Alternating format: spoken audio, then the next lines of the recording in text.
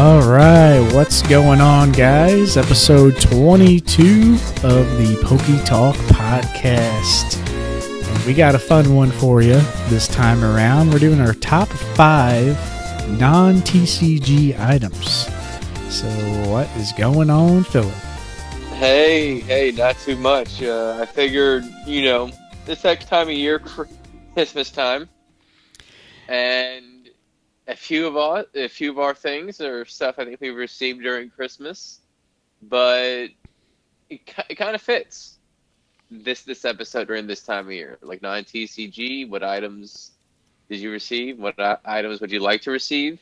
Yeah, for sure. Fits the theme perfectly for Christmas, and there's a lot of non-TCG items out there, and we're going to be talking about our favorites, and we're going to not really cheat on some, but we have some that are like virtual items, but they're non-TCG items. So, I grew up with video games, and stuff like that doesn't really differ too much for me than physical items, because that's just the world we live in now. Mm-hmm. But it's mostly about where your memories are at, and that's the most important thing. But yeah, for the news, though, we have probably the biggest bit of news that we've ever had, I think. And this is opening up with the era of Scarlet and Violet. There are some major changes coming to the TCG as far as the design goes. We'll get into that pretty heavily, but I think you wanted to tell us a little bit about your experience that you briefly mentioned in the last episode. Yeah. What'd you do last weekend? So a few days after recording, I went on a little bit of an adventure. And it wasn't really an adventure. It was just a travel down the highway, but it makes it sound more exciting that it was an adventure. But so I mentioned in the last one that I was going to Yeti Gaming. I had received our PSA order in record-breaking time, like 5 weeks or something like that. It was just absolutely ridiculous. And you're still waiting on some, which is weird. Which I got there before that order, so yeah. It's still very random. Yeah, I mean, hey, I'm not complaining. I got it. I was able to, again, I went to Yeti. I had everything ready. The best thing about trying to sell, if you're trying to sell items like that, don't make it hard on the person for them to have to gauge everything. That's how you get screwed out of money. So I went in just like I did the time before, and I had a sheet printed out. I had the market value rounded to the nearest 5. So 45, 50, 55, stuff like that. Included shipping, and it was easy. He just okay, I don't want these. I was trying to sell some rest of my PSA 9 hyper rare junk slabs. Yeah, it's so rare. And so last time he took them all. This time it included like a Nidoking, Hitmonchan, I think Machamp even. It was like, I'm not so confident he's going to take these. And sure enough, he didn't. And he apologized. I'm like, dude, do not sweat it. I can sell these to the Whatnot streamers, no problem, in a card show. Like, I'm not even worried about it. In fact, they'd give me $12, probably in credit. I don't even care. It's all good. But everything else that we agreed to on was solid. I was wanting a little bit more cash, but the percentages was perfect. And keep in mind, as I said, I can still make another, I don't know, 1 to 150 in cash from my junk slabs that I have through Whatnot streamers. So it was pretty much on par with what I was expecting. Again, overall, if you take in the trade, it was slightly more than what I would net after taxes and eBay fees and all that good stuff. So again, solid. I got a lot of good cards. I got some Hansi promos. I got my first ever true e-reader holo in YouTube. Yeah, I was going to get the Charmander holo from Dragon set from the EX era, Ruby and Sapphire. beautiful Arita artwork. The Like the foiling is secret rare. yeah, the foiling is just fantastic. It's just an unreal. I didn't even know about this card until I was just scrolling through Yeti Gaming, like on TCG Player, and I saw that, and I was like, "Holy cow!" And normally, I don't simp for the Charmander family, but that one was a beautiful hollow. Like, if you haven't seen it, um, go and check it out. It's the Charmander Secret Rare from Dragon. It's just called Dragon. Yeah, EX Uh, Dragon. Yeah. yeah. Actually, I think it's just called straight up Dragon. It's not even called that. They call them like there's EX in front of a lot of them, so people usually say like EX Dragon, Oh, but yeah, yeah. it I is see it just now. Dragon. But most people Yeah. will say like EX No, Dragon. you're right. It could See, be either I one.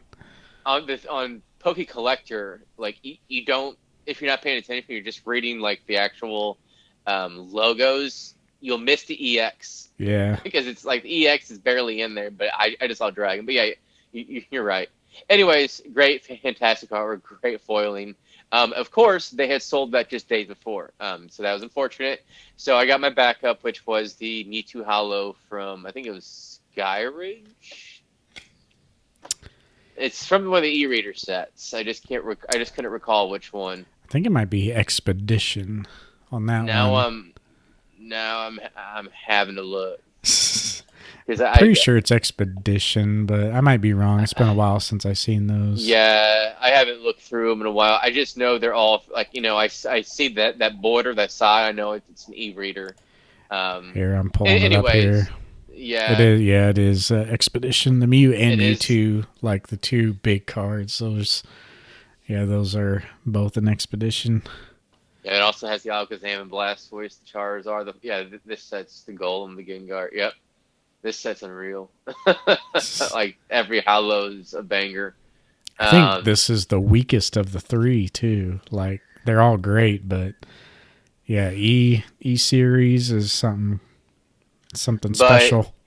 yeah, I didn't have the Hollow. Any Hollows from that era. I have several random like rares and commons and stuff like that, but I never actually owned a Hollow. So now I have that little bit of piece. I have stuff from every era, so I was really happy about that. And I just got a bunch of other cards combined. I was like, we agreed on 200 in credit, and it was like 700-800 in cash. And like I was like, can we take off like all the fees? And he's like, yeah. And so they did that, and then it was like another 10% on top of that because I was buying so much. And I was like, okay, I'm down. So I did the math. It was like $300 worth of stuff I got for like $200. Yeah, it's So pretty good. like, yeah, he was like saying, I was like, can you take $5 off that? I was like, oh, you're like, sure, okay, whatever, I'll take it. So I got a great value. Got a lot of good stuff. I got the Noivern, the Batman All Star. Yeah, Um, that one's pretty but nice. yeah. Anyways, got a lot of good stuff. Great place to go. Just gotta be prepared because they do have a lot of stuff to view. They got like packs in the back, and they got a lot of stuff to buy there. But if there are specific cards you're wanting, like take a look at their store beforehand because it's extensive, both Yeah, eBay store and TCG Player. you can't really, which they're in St. Louis if you guys are in the area, but they don't have all those cards for the most part showing in their store.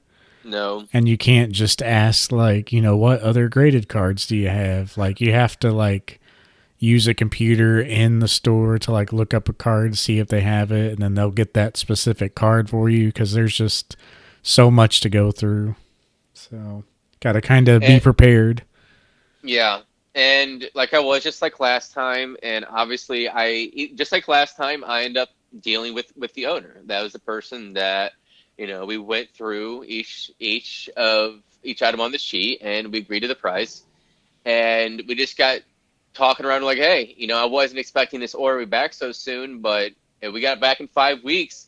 And he was like, "Oh man, tell me about it. You remember how I said I sent so many orders and all those cars? Yeah." And I was like, "Yeah." Well, I got a six-figure, like a $100,000 grading bill now, all at once, a lot earlier than what I was expecting. Uh, I was like, I couldn't even imagine. and you got like 30 days or something like that to pay it. So obviously he has like the money on hand, but like he wasn't expecting to have to pay it, which I thought was impressive in and of itself. I'm sure like most distributors and card shops like that, they open an ungodly amount of product from each set, and they send off a lot of that crap to be graded. I Yeah. don't know how much they open. You know, each store's probably different. The amount of volume they go through, they probably open cases. So I'm sure it's cool to work there, but you probably get tired of opening packs. If you probably become desensitized to it. Yeah, that's why I never like open the packs. It's like I get desensitized by just watching people, you know. It's not exciting to really open packs See, I for don't me. watch a lot of people, and that's probably why I don't mind opening a little bit of product from time to time. But I just watch to like keep myself from opening pretty much. okay, It's like just to I don't want. get a little bit of that taste. Yeah, like I wouldn't mind opening, but I hate spending money to open packs cuz I know it's pretty much not going to be worth it unless I like, you know, open V-Star Universe right away and then send out cards immediately. Which is pretty much what I did. Yeah, which uh, yeah, I don't really want to do all that work. no, I don't mind it though. I enjoyed opening V Star Universe. You know, trying to get off subject because there's a little bit more I want to say about Yeti, but with V Star, we also opened. You know, I also opened a little bit of V Star. And I'll tell you what, man, that might be the most fun set I've ever opened. I thought it was EV Heroes. Nuh-uh. This set was just too fun. I swear, everything that had like the multi different foiling, plus like your hollows, plus your hits, your character rares, whatever. It was literally half of the box. Half of the box was quote unquote what I considered a hit with the cool foiling. Yeah. And I mean, you cannot beat that experience. Whereas with English, you're lucky if you get 3 cards from an ETB worth holding on to.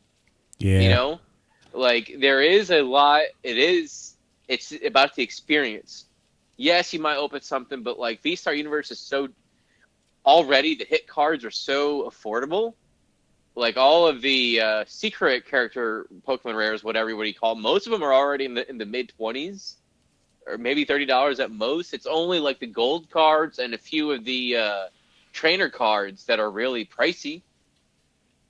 Yeah, mostly But trainers now. yeah, it's the what's her name from Arceus, Irita, and what was the other friends? Uh It was the Sinnoh friends, but it was from the Arceus, right? I'm pretty sure that's the other one. I can't even remember. I don't think there was a I, Sinnoh Friends, but I kind of know what you're talking about. oh yeah, well it wasn't Sinnoh, but it's that obviously it's that area. Yeah. Sinnoh. That's it. It's not. It basically no. I think it straight up is Sinnoh friends. Oh, really? Yeah, it I'll have is. to double I check. thought so. Yeah, it says Pokemon cards Japanese Sinnoh friends. Yep. This one and the Arita are I think some of the big hit cards, and then you have like the Gold Arceus and all that. But anyways, back to the point. So I got talking to Vince at Yeti, and you know we made our deal. Another great value. That's why I'm going to go back again next month. But I just asked him. I was like, "Hey, man, you clearly been around.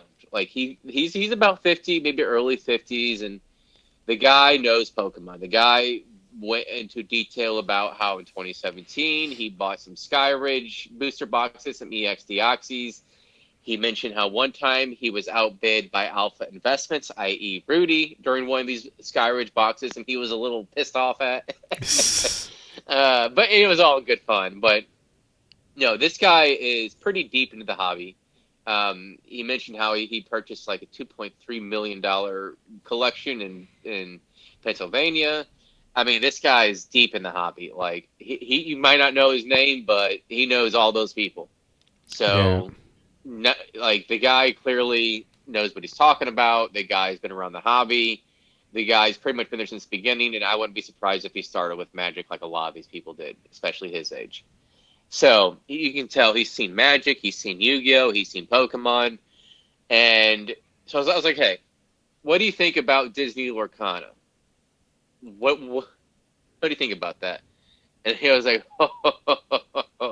I was like, I got a PSA 10 set, full set of the D23 collection, and his jaw He's like, kind of what? dropped, and I was like, oh yeah, we're all in on Lorcana, like we're going to be the biggest distributor in St. Louis. Those were his words, his exact words. Tremendous. So the guy that has been at it since Magic, been at it with Pokemon, been at it with Yu-Gi-Oh. You know, he does Flesh and Blood, Dragon Ball Super. He does all these TCGs. He is in big on Lorcana. What does that tell you? And I asked him, I was like, hey, are you the guy causing the price to go up to $9,000? And he was like, yeah, probably. He was like, we were trying to buy up the market. I'm like, damn, that was you. Well, we were like watching it really like Yeah. extensively, like pretty much every day up until recently when it's finally cooled off. But Yeah, it's pretty cool right now, and it's going to stay like that, I think, until I mean, spring, yeah, those personally. were pretty easy to buy up. Granted, it was a lot of money, If he, but ma- yeah, there if he moved was, in early, if he moved in early, he could have a large standing in it. And honestly, if he has, he did say, he said he couldn't remember. I kind of doubt that. I'm sure he knows. He just didn't want to say, and that's fine. But something tells me it's at least in the double digits. yeah, My guess would be I wouldn't be too surprised if it is approaching triple digits. Like yeah, I could see it at least 40 to 50. So we're talking enough for the guy can retire if he really wanted to, honestly. yeah. It's a lot of money. Uh, Eh, yeah, it's just pretty crazy, like the amount of money that you're talking about with those sets and how few there were. Like the 900 opportunity, cents. yeah, the opportunity was there to buy out if you had a lot of money, and And if he got in early at 3,000 a set and he bought to a 6 or 7,000, just that cost basis is absolutely phenomenal considering where this price is right now. And on eBay, who knows, you might be getting Frankenstein sets with like the rejects from people that bought 3 sets plus, and they're trying to resell it. yeah, But anyways, he was hype on it, and I was like, dude, next time I show up here, I'm going to bring my cards, but I'm not selling them right now. Not during the all-time market low. He was like, dude, if you said you were going to sell them, I was going to slap you over the head. I think part of that was saying it, but like I also thought he was before I interjected, he might have tried to give me an offer. yeah, Uh, he probably would but have, but he probably would yeah, have been hesitant to buy the whole set at once, already graded, well, But and I'm not selling it. If he would like, if the next time I go in there, and I doubt he'll do this, I really do, because the guy knows the business. The guy is a true businessman. I'd be like, hey, I would give it to you right now, $20,000 cash. I would sell it to him right then and there for $20,000 because obviously I would buy sets or I would buy certain cards just straight up. Like I'd buy the Elson at 10 and I would buy an actual set and get that graded. And I've still profited all this money. It's all cash. It's all under the table. So you have like he got moving money. He got moving money, profit immediately, put it right back in and get more money. Just like as business, like you never want to have money sitting. And it's the same situation when how I view stuff with Pokemon in the hobby. Like I don't like stuff in the sealed as much. I'd rather find cards that are near mint that would immediately have value if created, or cards that I think won't take too long to do its natural growth of value. If I'm buying like that. mm-hmm. Um, now, so I was obviously thrilled about this, and I asked him about his Mario Pikachu he has. It's incredibly high market price. The market price is like $1,700 on eBay, and his is well, not just him, but everybody is priced at 2,500 plus. Yeah, I hate like those certain cards like that where people are Yeah. like, well, this is a big card and like none are for sale, but nobody wants to get rid of it either, so they just throw it up there as the high price and it's like, ugh. But Well, guess see, that's what it I'm is. hoping. Yeah. Well, I'm hoping. So, kind of go into more about. So basically, I have some money I can throw into the hobby, either Pokemon or maybe even Lorcana. But Lorcana, I'm confident, is going to be kind of slow for a few months. And I'm watching that closely too with the D23 PSA 10 Mickey, because I checked on those and there are none worth buying on eBay right now. Raw. Like, when it comes to that, unless you want to pay a super premium, the opportunity is pass and buying raw for those cards, it seems like. And that was my worst fear. And it is what it is. But so at that point, you either buy a 9 or a 10. It'd be worth it to get a 10, in my opinion, if it went down to a certain price. Now, I haven't looked the past 2 days. The last I looked, they were trading down towards 1,300. Finally, I was like, there's no sale in 6 days. I'm like, here we go. I think we're going to start seeing it. And sure enough, not 2 days later, boom, 13, 1,400. Now, I haven't seen if those cards sold, but I'm hopeful I can maybe get that, but I think I might wait till my birthday for that. Anyways, yeah, I'm straight up contemplating buying the PSA 9 Mario Pikachu. I want it. I consider it a grail. It will be a testament to how far I've come when I buy it. And at this point, it's just like when me trying to get that Lorcana set. Once I get this like obsession, like this Megalomania on a certain card, there is nothing that can stop me until I get it. And that's kind of what's approaching. But I'm trying to be clear-headed too, so I'm trying to be. Yeah, I I listed those cards on my eBay as not like for sale, but like on my watch list. Like I have a list going, and those Yeah. have been on there for quite a while. The last cards we got back actually knocked out a good little section of those, but right now I have 3 cards on my watch list, and that is my that's one of them for sure. Also in a PSA 9, but I have 2 others though. But if I bought all 3 of these cards, it would probably be like 4 or 5,000. Well, I've already claimed dibs on the Yeti gaming one. I don't know how much he'll come down. Like I can't. That's what I'm worried I feel is like when he gets to 2,000, like that would be a lot for him. But well, my whole basis is if you look at market price. So like I'm worried too, but he has no standing on that card. If he's trying to say market price, like 1,600 is probably the most cash without fees. Like he's obviously this is all cash, right? And it's no fees. I think that's the most I'd feel comfortable going probably, because that's 1,800 if he would have sold it on eBay. And if you look at EB sold, there hasn't been one that has sold. There's only been one that has sold that high in the last year plus. Yes, it was recently, but there's also a 1,700 and 1,600 something that sold as well. So his basis for anything over 1,650, in my opinion, is not there. So yeah, essentially, he's not trying to sell at market price. He's trying to sell at what he expects the value to be, and I don't think that's fair. And I don't think he would do that, especially with the returning customer and somebody that's come back 3 times and is spending money and will hint like, "Hey, I got another order coming. I got these Lorcana." Like, I honestly almost want to bring the Lorcana cards. I'm like, "Look, I got this. I got this. I got this. I got this order coming back. You know, I'm dealing with money in the hobby. Look at me coming back. You're getting thousands of dollars from me in just a short time period, and you can get even several $1,000s more from me. But we're gonna have to make this deal." I mean, yeah, obviously, you don't say that. You don't give an ultimatum like that in a business dealing. bitch. But bitch, right now, I'll tell you what. You want to go outside, but no. But you don't. That's not how you Yeah, do a deal. That's but yeah. like Build up the rapport, and yeah, yeah, it'll.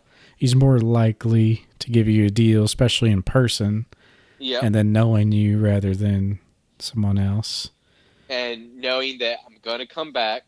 I'm not like a big boy player like he is, but I am also a player. No.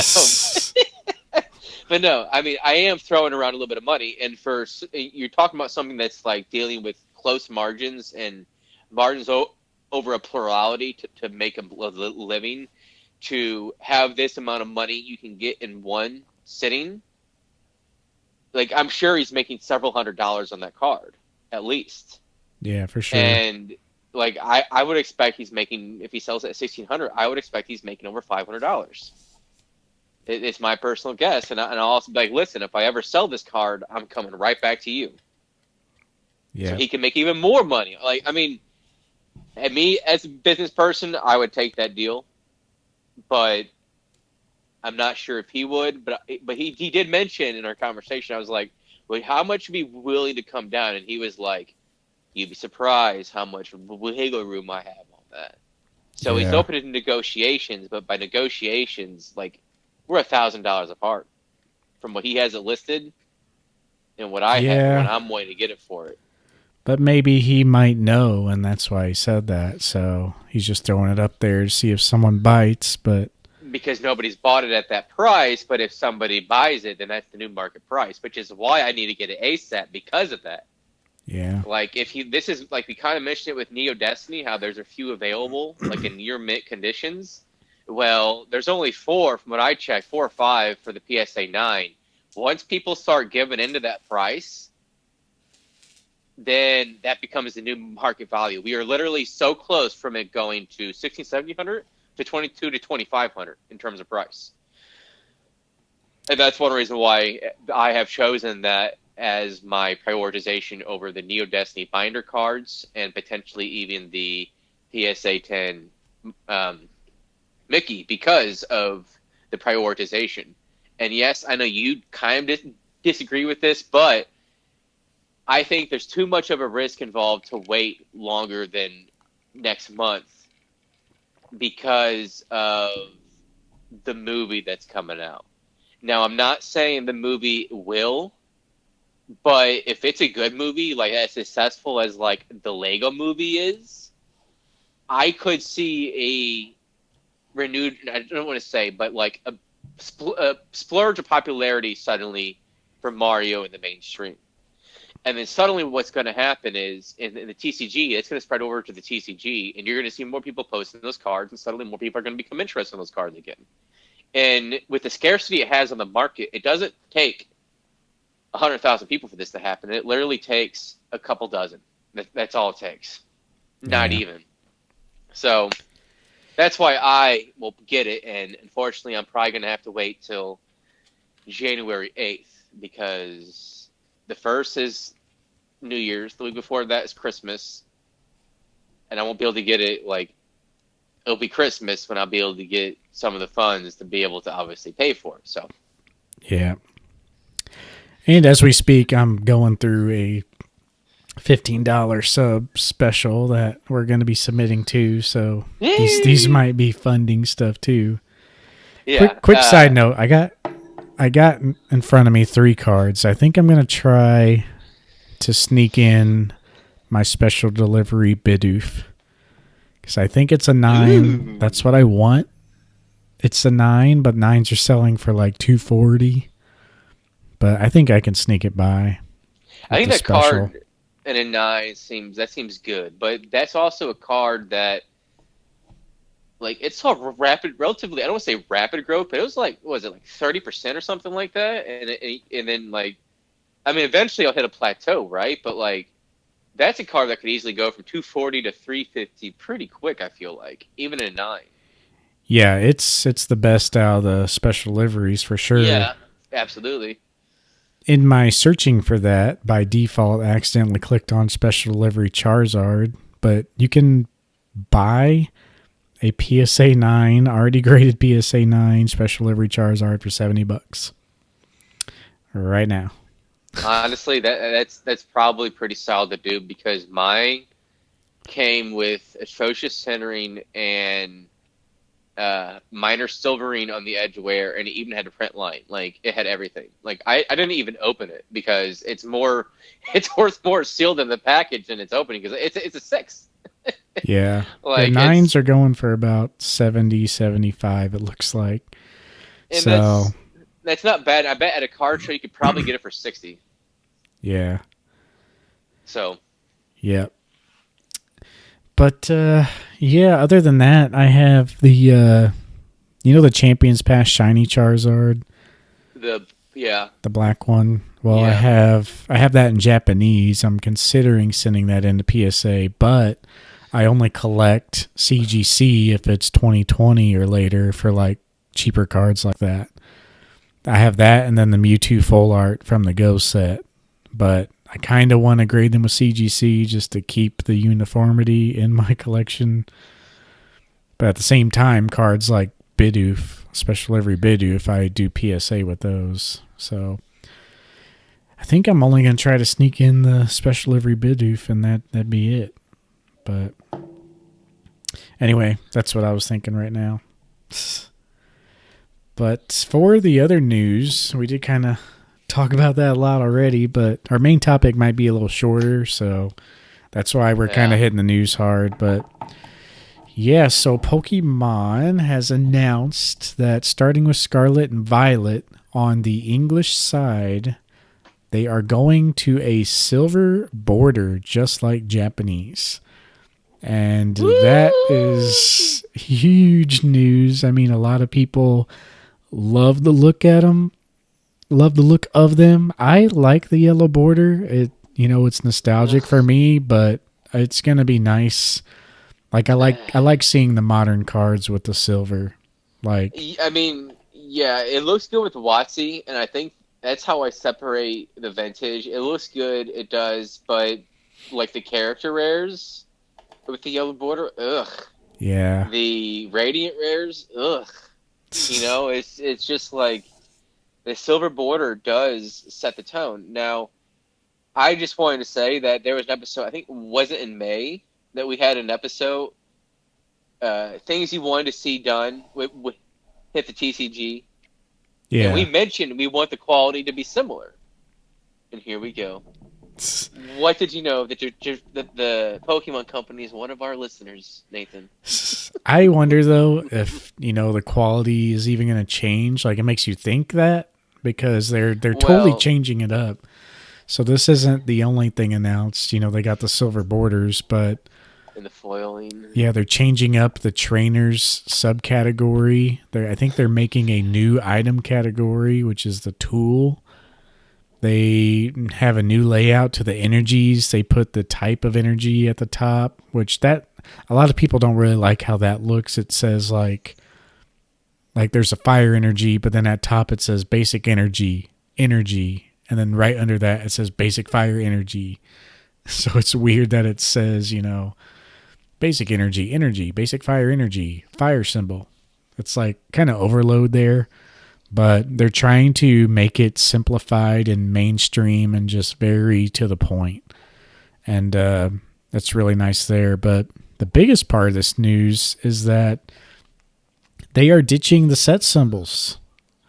They are using the set codes just like Japanese. So, which is also, thank God, like I can't tell you, like you can only remember so many symbols. And when you got like 200 different symbols more at this point, I mean, dude, it's like you got to go through, what is it, Bulbapedia or on the Wikipedia or whatever.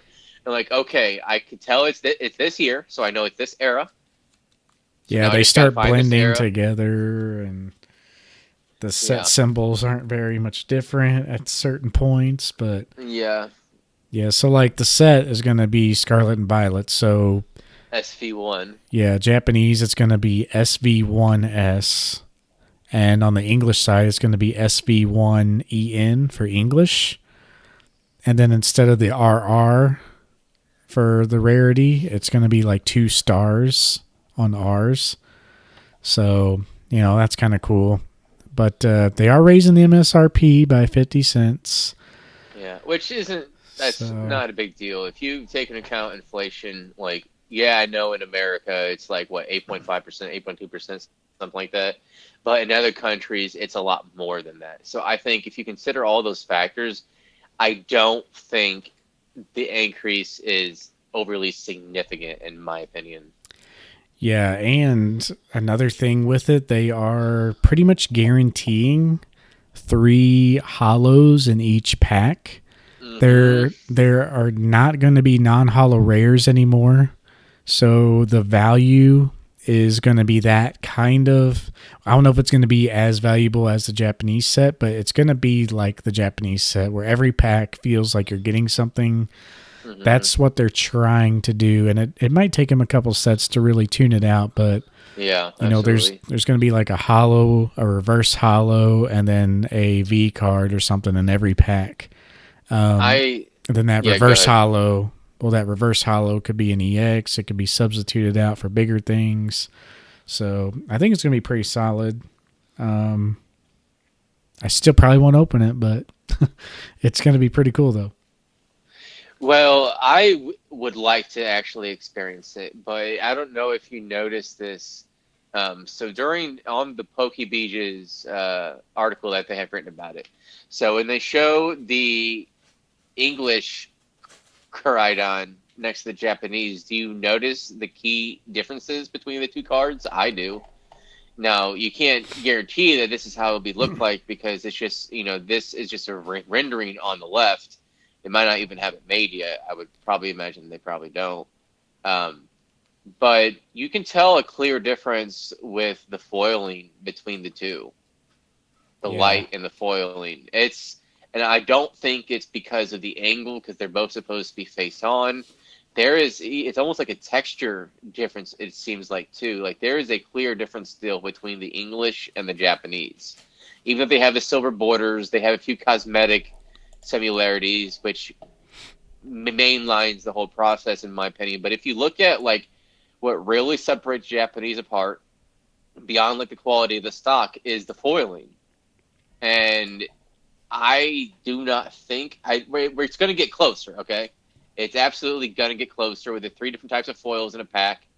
But I still think the aesthetic of it is going to be off. It isn't going to be quite there.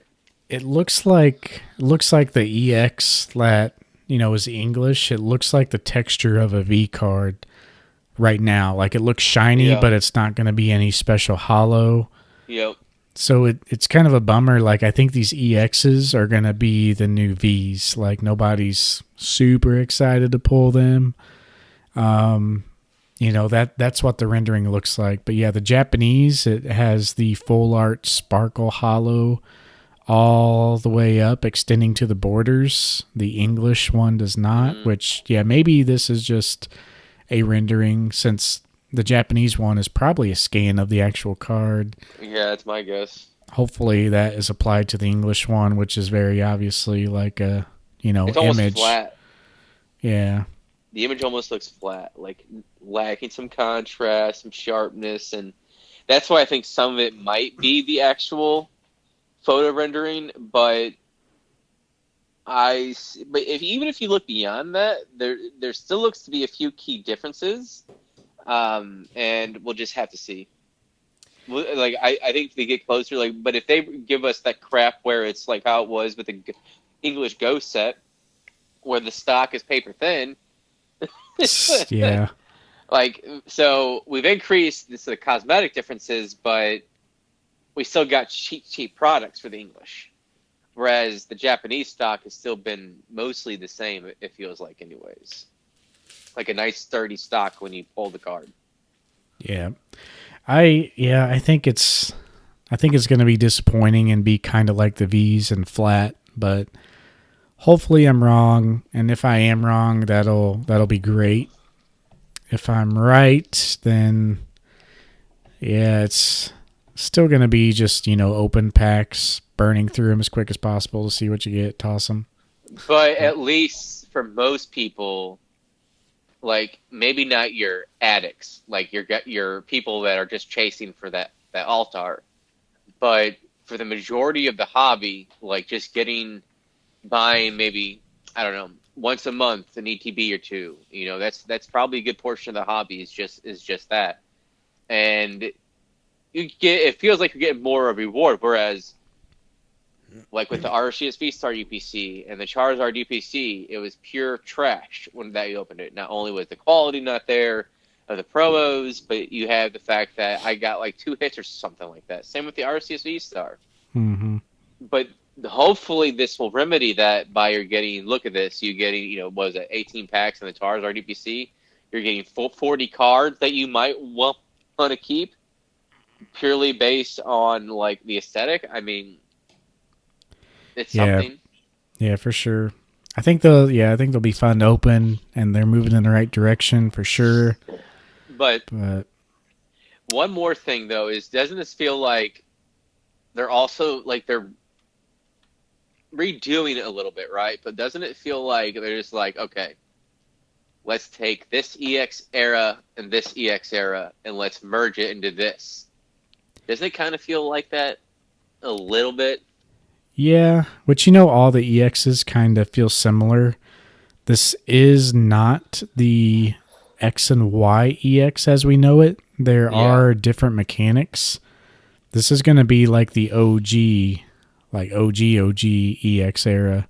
I get that, but the aesthetic looks like the main aesthetic looks like the XY era, but there's elements that make it look like still like the silver border that make it reminiscent of the OG EX era. Yeah, the hollow borders, especially on Japanese, look like old school. It's lowercase EX like old school, but yeah, they're popping off the frame like XY. Yeah. So it is a nice mix, like you said. And I love these cards. Like, you can see the outline of the Pokemon like under like where the text is, like it's a full art, but yeah, you can tell it's just good quality as far as the design for sure. I think what will be interesting is, so in some ways you can argue that Pokemon for Scarlet and Violet, they have a modern mind, a contemporary mind of ideas within, especially the hobby and where it's going, but not forgetting its past. And I almost wonder, it's like, could you almost imagine we've mentioned before how what we've loved, at least I know I have, like they've kind of shown it a little bit with the end of era Sword and Shield promo with Pikachu and all that. That has a lot of texture. Could you imagine a full art rare with like alt art, but it has the texture and foiling of the EX era? Yeah, that'd be crazy. Like, this would instantly become potentially one of the best eras ever in the TCG if it did have that. Because we acknowledge the EX era is one of the best ever in the TCG. So if you take the best elements ever, modern-wise, with the alt arts, with one of the best eras all time in the TCG, you combine those two things, well, I mean, goddamn, you have a remedy for success. Yeah. Yeah, it's just, I think the best of both worlds, just like they're doing with the other games, you know. Best of everything. They're going to combine Japanese style of borders and everything, and just really exciting. I mean, this is just blowing open a whole brand new era of Pokemon. I just hope they get the quality right.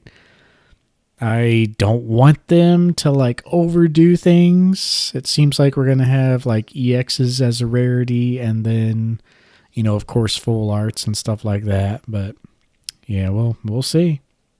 But guess we should hop on into the main topic, though. That's quite the good news section there. But let us know. Are you guys excited? Hyped up. Hyped. FOMO. No. If anything should tell you about the like print numbers for this, I mean, look at the Charizard UPC, look at celebrations, look at Go Set. The days of scalpable things are over, I think, no matter what the product. And it's just a time to just sit back and enjoy the hobby and collect for fun, like more than ever. And I like that a lot because that's what it was back in the day. And that's where we're at now. So, the people who collect now will win in the end. Then on the next boom, and I think that next boom could be sooner than later. Like I was telling some people the other day, like I think Pokemon could boom as much as like within the next year. Like they're just hitting everything on the head. I don't think it'll be within the next year, but I mean if you Maybe look by the end at of the decade, for sure, though. yeah, if you look at everything considering like everything is down, like I don't know, Pokemon is one of the more resilient ones. But I yeah. could see it. I'm gonna say it real fast. I could see it when some of the more of the millennial generation begin to have kids of the appropriate age that can appreciate this hobby. I think a lot of folks in our generation, like, so the prime age for Pokemon, I would say is what, 33, 34 to like 28.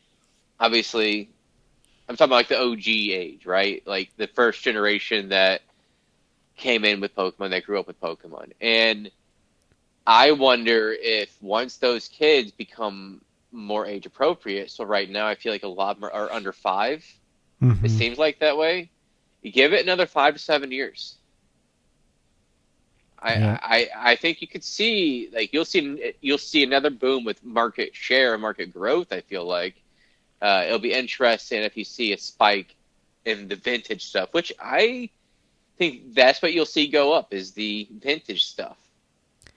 Yeah, it came down the hardest, and Yeah. I think I don't think it's going to be like an insane climb. I No, think, no, no. Yeah. yeah, I think vintage will be slow and steady, and I think they'll win the race, like the old saying goes. But we're starting to see some forgotten era EX era stuff kind of pop a little bit. I saw some auctions ending. I think it was the Gold Inner Heritage auction. Some guy on Instagram posts live updates every time that ends and talks about past trends. And one thing that surprised me was the Celebi Gold Star and Shining Celebi from Shining Legends. Those cards were like 2 to 2.5x on top of like other gold stars of similar rarity. So something's happened with Celebi. Like, I don't know what happened with Celebi. I know one pretty serious Celebi collector. I don't think he's bought them out, but something fishy going on with Celebi right now. Yeah, well, I could see, Celebi he's kind of overshadowed in some ways, by you. And because by the time Selby as the mythical became known, I feel like a lot of your OGs were already gone from the hobby. Yeah. Like I played Gold Silver, I love Gold Silver, but I don't ever remember catching Selby in that game. Like I beat it. I watched the show until like I watched the show Saturday mornings until like Gen 4. Like it Yeah. was I don't on. It was even like know 8 if you a.m. could But get it in Heart Gold Soul Silver. Like, they straight up made it where you couldn't get it. yeah. So, yeah. It's one of those long lost ones for the games, but cool Pokemon. I actually Yeah. really like Jirachi, and I almost like Jirachi more. But that's just me. Yeah. Anyway, for the main topic, top 5 non-TCG items. So we did have one item that overlapped, and it was pretty much number 4 or 5 for both of us. So we kind of agreed to hit that first. It was my number 5. But yeah, we're going to just cover that as one. But that is the OG Pokédex from back in the day. So everyone had to have this Pokédex. Yep. It was a must have. It's so iconic in the show. But yeah, what are your favorite memories about that thing? So I got this for Christmas. It might have been Christmas '98 or '99. I can't. It was probably '99 is my guess. I won it for Christmas, and it's funny because I'm looking at it right now. I was like, I guess it did look like that with the all the plastic and all that. So I wanted this Pokedex so bad, as a kid leading up to this Christmas. Like, obviously, like, oh, I can be able to, like, oh, with, like, Ash Ketchum, like, oh, Pokedex, blah, blah, blah, blah. And so I finally got it, and then when you get it, you can't really do much with it. Like, yeah, it's you can enter, like, the number and all that, and it'll tell you information, but that's all it was. It was literally like an encyclopedia of just like the Pokedex information, just like an actual Pokedex. From what And I it was, remember, you could like click the number and bring up the Pokemon of that number.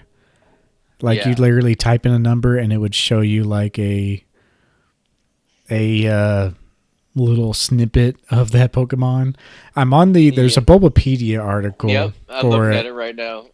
It tells you a lot more stuff than I remember, but it apparently gives you a 2-frame animation, which I do remember that. Like the Yeah, I remember Pokemon looked that. like it was like breathing.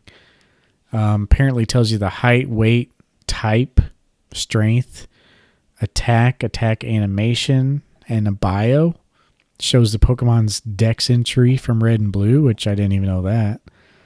But Apparently, you could have a password on this. I didn't know that. That's actually a ahead of its time. I feel like.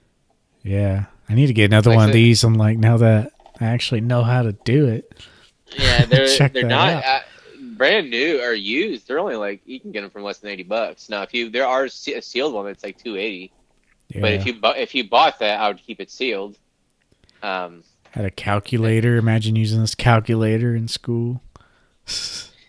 It so enables the cool. user to compile a list of their captured Pokemon.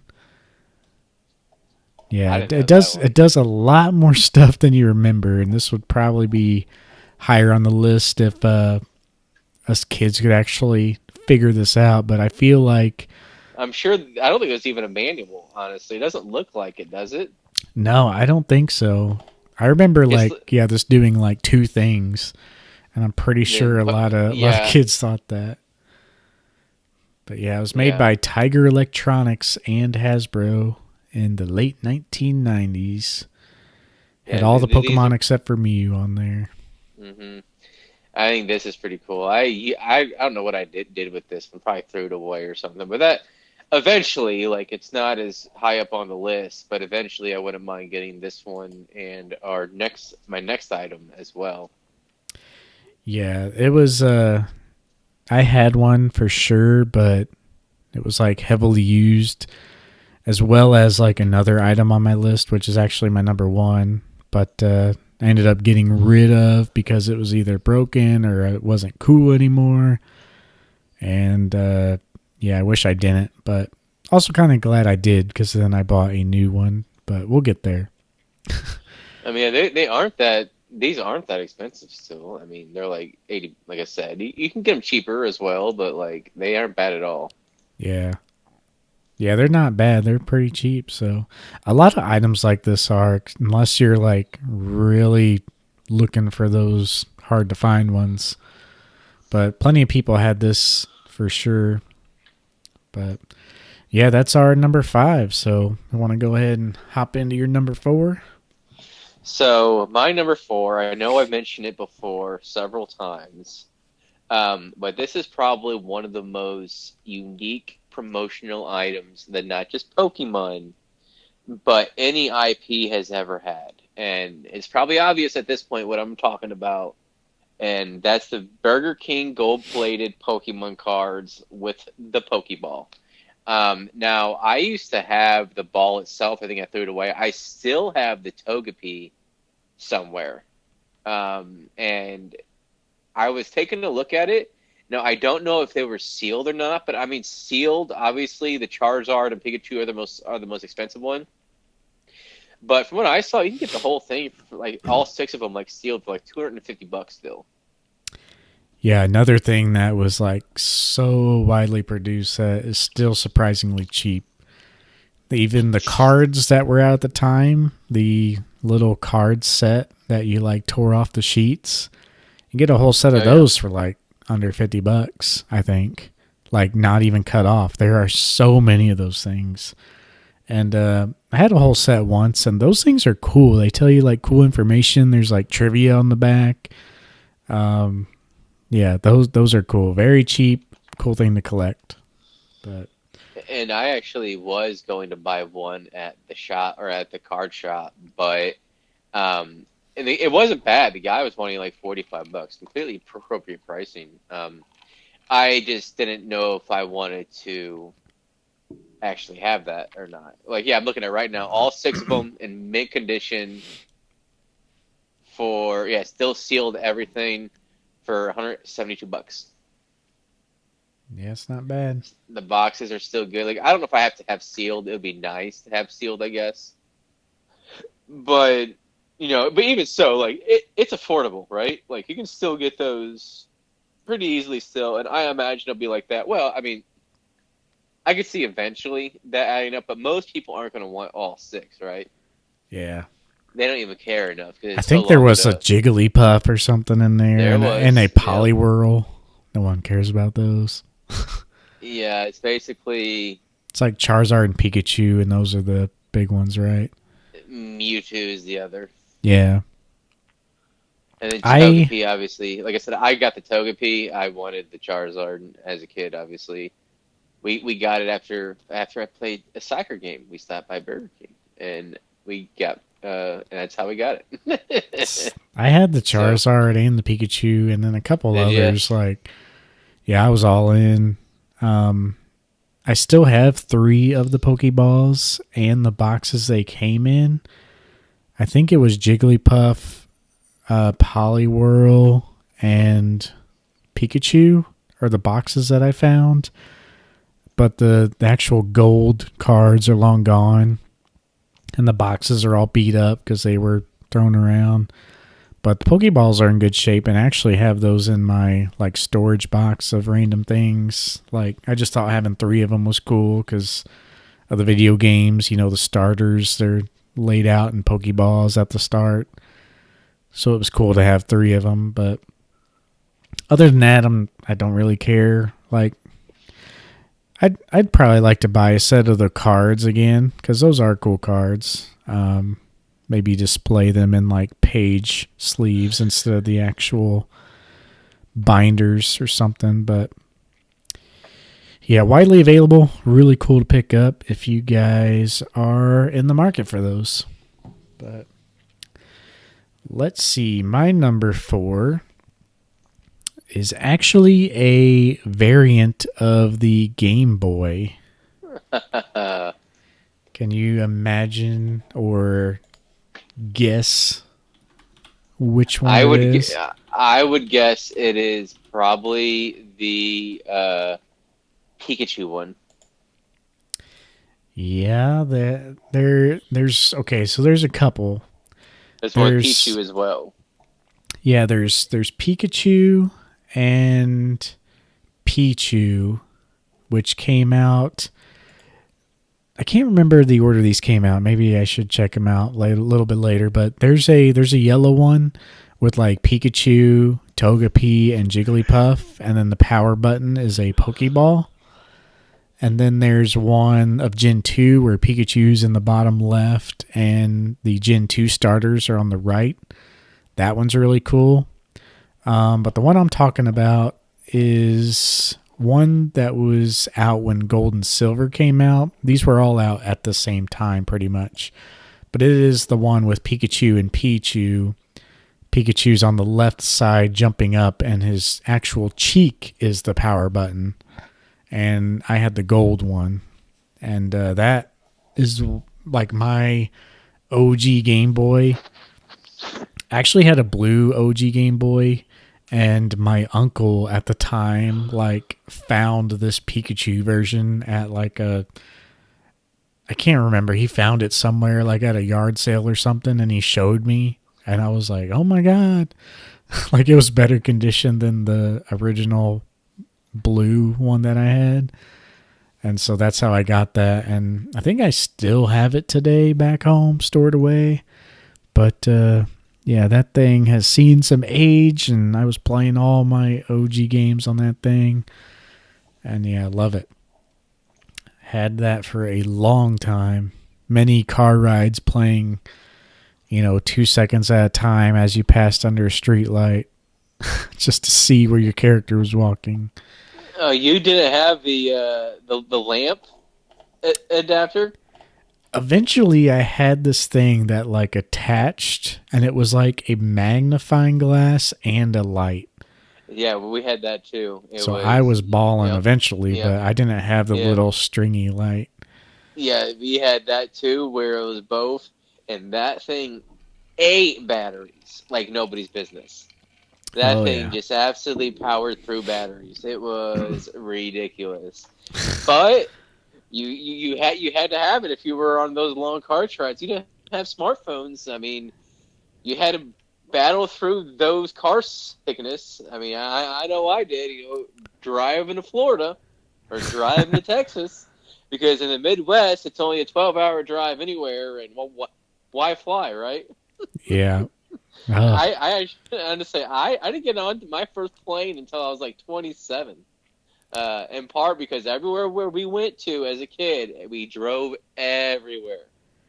yeah. We drove to Florida once too, and Oh my drove god. all over. And yeah, I remember going to St. Louis, which was like an hour and a half drive from me as a kid. A little less, probably.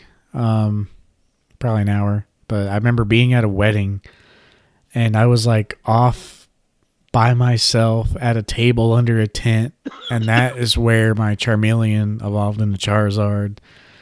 And I was like hunkered next to like a decorative candle for the wedding, like with my Game Boy tilted, watching this thing evolve.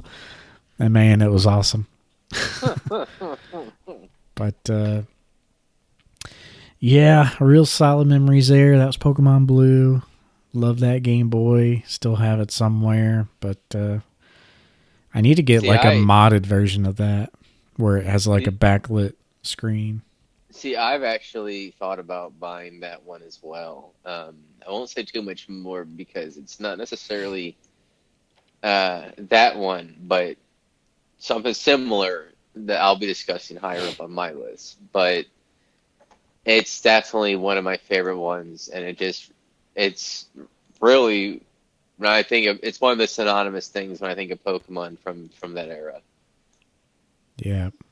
And they make modded Game Boys now. There's so many people who make modded Game Yeah, Boys with backlit screens. Like you could buy some of these OG Game Boys that are modified for modern times. But yeah, they even make a Game Boy now where I forget what that company's called. It runs all these old games, but you can change the screen however you want it. You can make it like an OG non backlit screen. Um, what is that called? Something Pocket. I can't remember. You guys probably know what I'm talking about, but they're there was like, something else that was like they're on back order for months where it played every yeah, that's retro handheld. Is that it? It played every yeah, retro and handheld game, and it had like the screen was backlit. it's Analog And Pocket. That's what it is. yeah, it's like $250. At first, I didn't understand what the big deal was, and then I started reading into it, and it's like every retro handheld game is on it, or something like that. Yeah, Um, it's and not an something, emulator, but you can play like any game, and it's like it's not emulation. Like that's the big thing. Like it runs off the game. Like it has its own process of like computing the game from the game itself. And yeah, there's a bunch of cool settings, and it's like, the Tesla of the Game Boys out there. But there's plenty of people who, oh, that's right. It can play it. That's right. yeah, there's plenty of Yeah, people out there who do their own mods for much cheaper and yeah, not as fancy, but I mean, how fancy do you really need? And like that's for yeah. people It's with extensive Game Boy collections and stuff like that. so basically Game Boy, Game Boy Color, Game Boy Advance, and it doesn't have the DS though. Real miss. Which Wait, and at then it's that point, also yeah, it was getting good enough where, oh yeah, then Game Gear, Neo Geo, Pocket Color, Atari, Lynx, and more probably has the Sega handheld. Is what I'm guessing. That one didn't last too long, but I mean, definitely cool. Don't get me wrong. Um, the fact that you can play as the OG screen's cool, but like I still have all these systems, like the OG Game Boy Color, Game Boy Pocket, Game Boy Advance, Game Boy Advance SP. I don't have the color because I have the Game Boy Advance SP. And the DS was the final system I played on. But unfortunately, I got it too early in 2005, 2006, and there's no games on it. And I waited months, months, and months. And I sold it for, I think I put it towards like a PlayStation 3 or something like that. Like, big miss on my part, but like I sold the NES one, I sold the DS because there wasn't anything there, and that was pretty much the near the end of my era playing games, unfortunately. Yeah. Yeah, the Game Boy SP. That's why I don't really know where this Game Boy's at, because I have an SP, and that was, the GOAT for playing Advance and Game Boy games until all these modded versions came out. But yeah, you can find some good modded SPs now too. But anyway, what is your next one? I guess we're on to yours again for number 4. Yep. Number 3. Number 3. So Yeah, number right. 3 is pretty simple. It isn't necessarily any one item, but it is the Pokemon plushie. Just plushies in general? Yeah, just plushies in general. It's not necessarily any one item. It is just plushies in general. I have like 3 or 4 that are chilling out and about. I would have more, but I have a long hair cat. So what ends up happening, even though I clean probably 3 times a week. I swear to God, I clean 3 times a week, sometimes close to 4. And if I didn't clean that much, hair would get everywhere. And I don't want all this hair on these plushies, unfortunately. So I only have a handful out. Yeah. The rest are like in a tote. Like I don't have them like riddled everywhere. I have like like I said, just a handful. But what I love personally is the different like seasonal ones that they have. Like one of the ones I have out is the Halloween Piplup. But for Katie, I bought my girlfriend. I bought plenty of Pikachu, like Halloween Pikachu, Santa Pikachu, a Valentine one. Like I have bought a lot. And I would like to get all of the like Gen 1 Pokemon, which I think is possible now.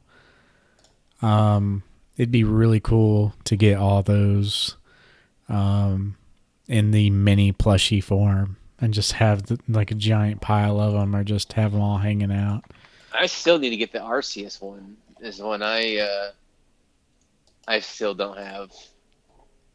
Oh yeah, I got. Oh my God, I'm on the Pokemon Center right now, and holy cow! Guess what's the first plush I see? What's that? It is the Sprigatito Holiday Workshop plush. Oh my God! Look at that. I'm adding that to my cart right meow. Right meow. I might give that to my girlfriend, honestly. But yeah, that's just what I'm talking about. Like, they're absolutely adorable, and how can you not want items like this and just have them all over? You can pimp out your place with plushies. Of course, I don't. I like the sleeping ones too, where they're like laying Oh down yeah, sleeping. the Umbreon is 100% the one of the best ones for that. Of course, that one was sold out. Yeah. Oh my God, there was a Mew one. It's sold out, man. You can search by sleeping plush, and yeah, they have all the evolutions, and every single one of them is sold out. Well, yeah, the Umbreon is the only one I would care for. It's like a 19-inch, $40 sleeping Umbreon. It's still up on the site, so I'm sure they pop up every so often when they get more stock in, but I'm sure they go pretty quick. But yeah, like Keiko has a all those sleeping ones are awesome. Yeah, there's not. Did Quaxley not get one? Did he get left out? He did. They brought back the Piplup and Mantike, and they left. Oh no! Wait! There he is, the Johnny Bravo duck. What is that in his bag? Is that a Basculin? It has Swain Basculin. Is that how that is? No, it's a Ralts. Okay. Yeah, it's a plushies are awesome. There's just so many I want that it's almost scary to dive in. I Yeah. got my initials and the unknown. Other than that, I just bought the $500 Arcanine like life size plushie. Like, So I guess it's both extremes for me. Like I'm real frugal, don't want to spend, and then I buy like the biggest, most sought after one there is. But yeah, well, I mean, I kind of feel you. I think that's why I stick to the holiday one because I still haven't bought the Arceus. Oh my god, it's sold out, but they got the Froakie Holiday Snowman plush. Holy cow!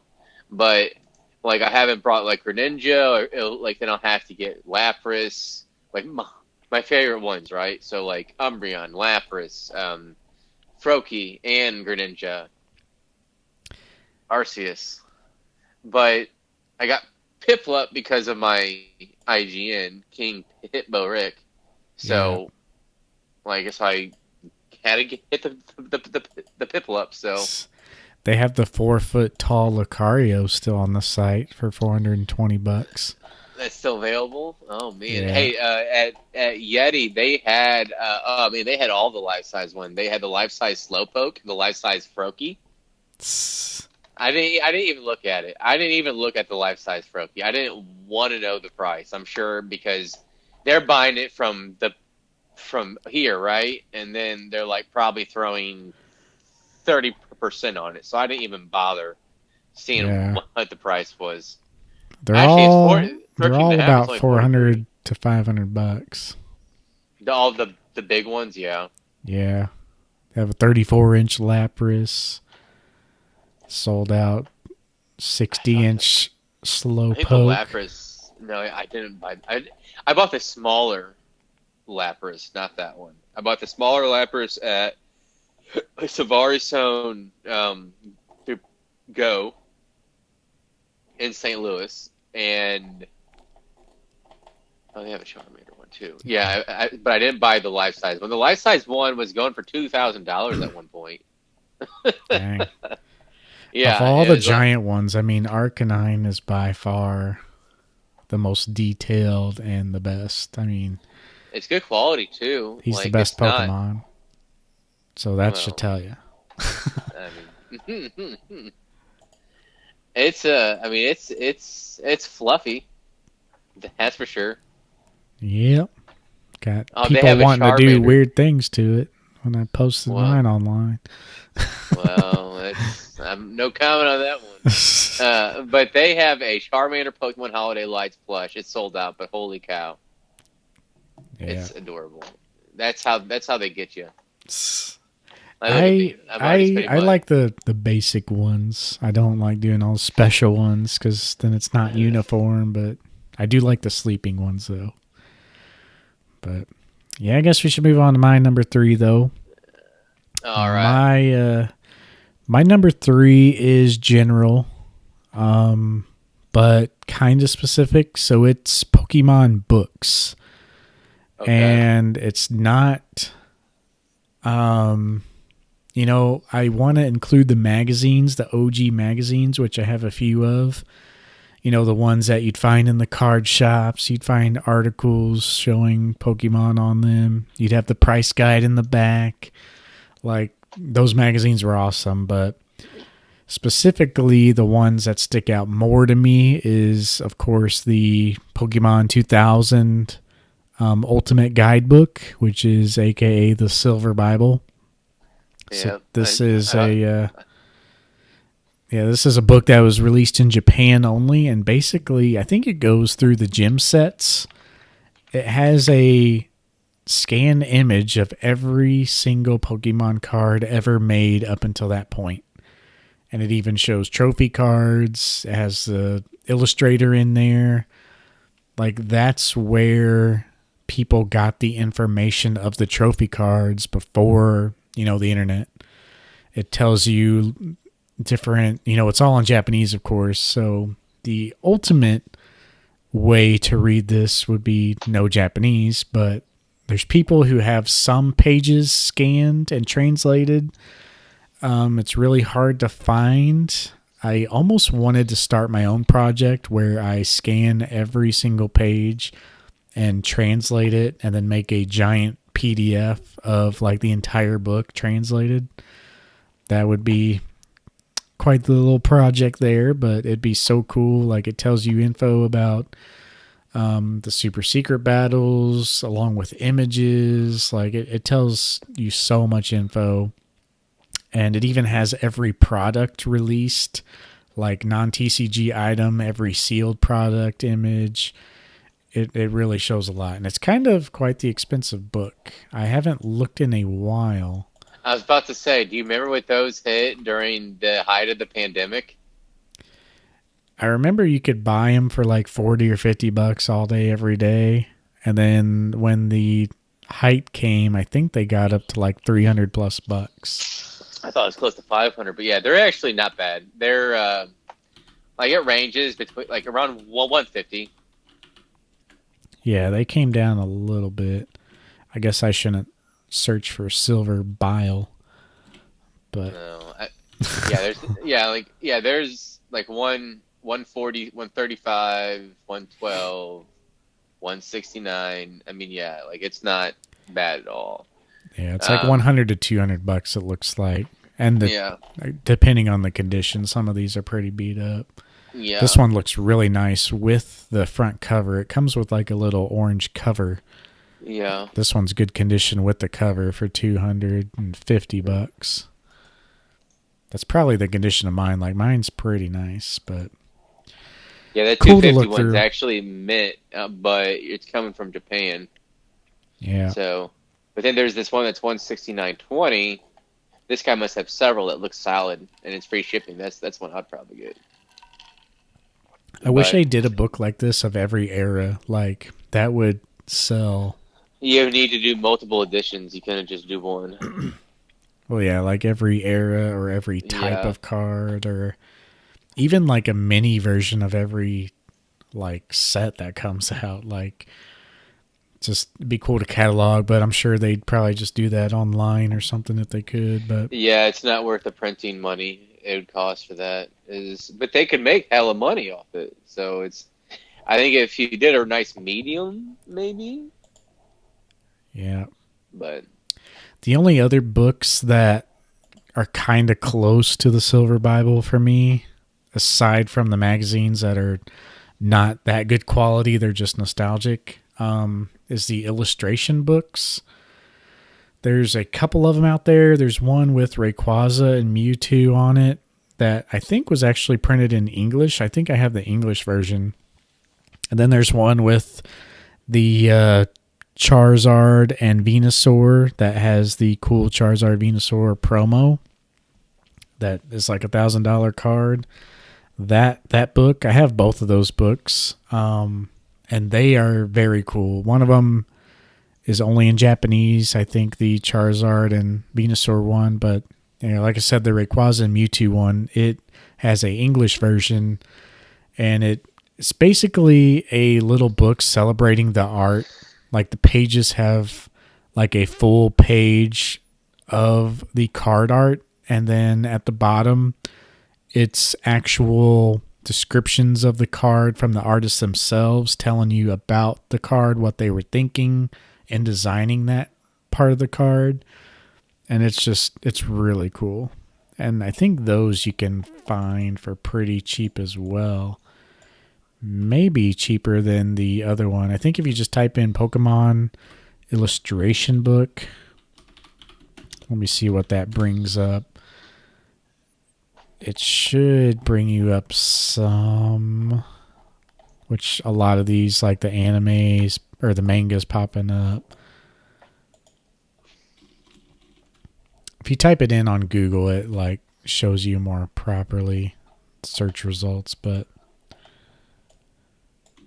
yeah, Pokemon illustration books. All right, here's one. It's called the Pokemon Trading Card Game Illustration Collection. That is the one that's in English. It has the Mewtwo and Rayquaza. I think you can buy it for like $25 apparently. That is on Amazon though. Is it the how to draw ones? No. Let me look up Pokemon Illustration Collection. They're called something like, if you type in Pokemon Illustration Collection, it'll pop up. Because that's what it's called in English.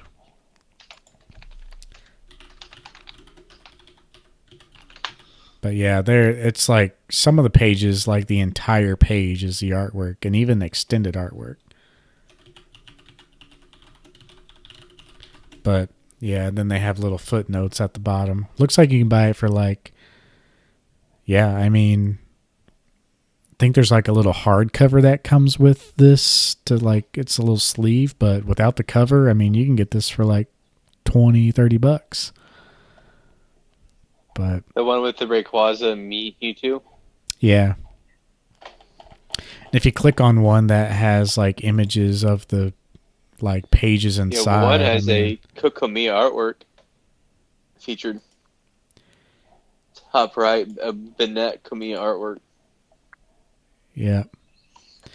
Yeah, they really have a wide range. It's kind of a random selection of cards.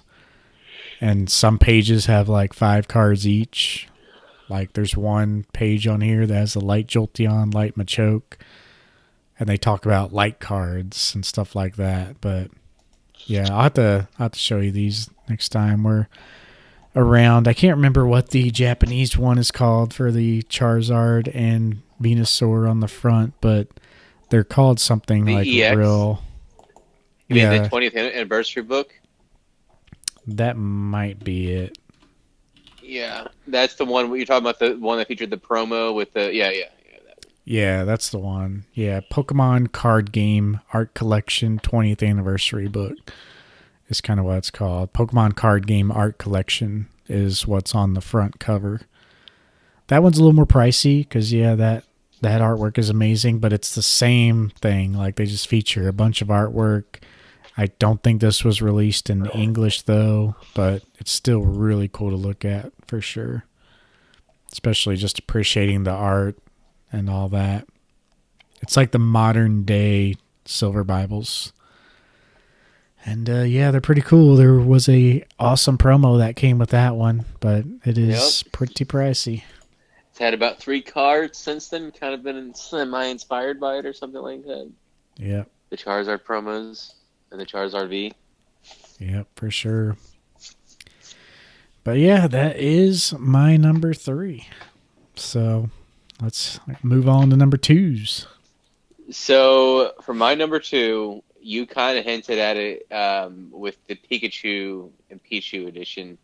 So for me, it's more of a general one. Obviously, that one was the first one that came to mind, right? But that wasn't the only one that came to mind. You also had the Poke Center one, the orange one with the Kanto stars. I think that's the one I was talking about. That was different colored like buttons and stuff Yeah, like that too. that was the Pokemon Center one. I think they released that for like the I don't know if it was the anniversary for Pokemon or if it was to celebrate the New York Poke Center release or opening. I Yeah. can't recall which one it was, but that one is orange. That one was slightly more rare. But it's not just that one; it's all of them. It's the N64 from it's the Pikachu N64, Yeah. the Pokemon N64. There's a few of them. There was one that had just Pikachu. Then there was the one that had like I think it had like the Kanto stars on it as well. And if I'm Yeah, not mistaken, it had the there's a controller. few versions of it, yeah. And I thought there was one that was all yellow as well, but maybe not. But yeah, that one obviously, and then I also love the most recent Scarlet Violet one that they just announced. But and there's also the Pikachu Game Boy Advance SP. That one was a big one. I remember wanting that one. I ended up getting the NES instead, the NES style one instead. Um, but really just all of them in general. I just love. I love how they make these cool special ones, and honestly, it's just one of my favorite things. I think they Like made a the Pikachu Switch too when Let's Go came out.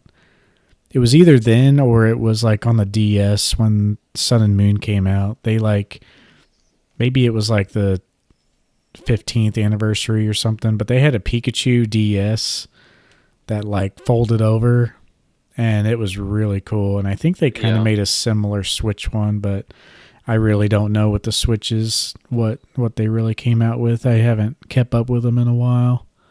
Well, I know you But had the Zacian and Zamazenta, and then you had the most recent one with the Switch, Scarlet Violet. yeah. And that one is Um, cool. I like the colors on that one. yeah, that one was pretty neat. If I didn't already have one, like I don't collect game systems like that, but that one looks awesome. Yeah. That's another thing I don't want to dive into, so I try to buy the most basic like black Switch. Yeah, I don't like really many colors or anything like that.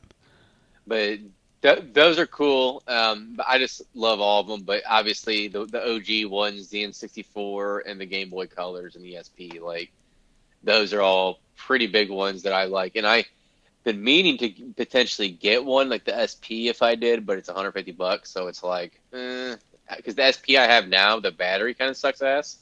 Yeah. So, like the lithium battery in it, you can tell is starting to die. Mm. Yeah, they get old and they wear out, but yeah, you almost have to Like do it, like a modern option or like one of those modded yeah. ones.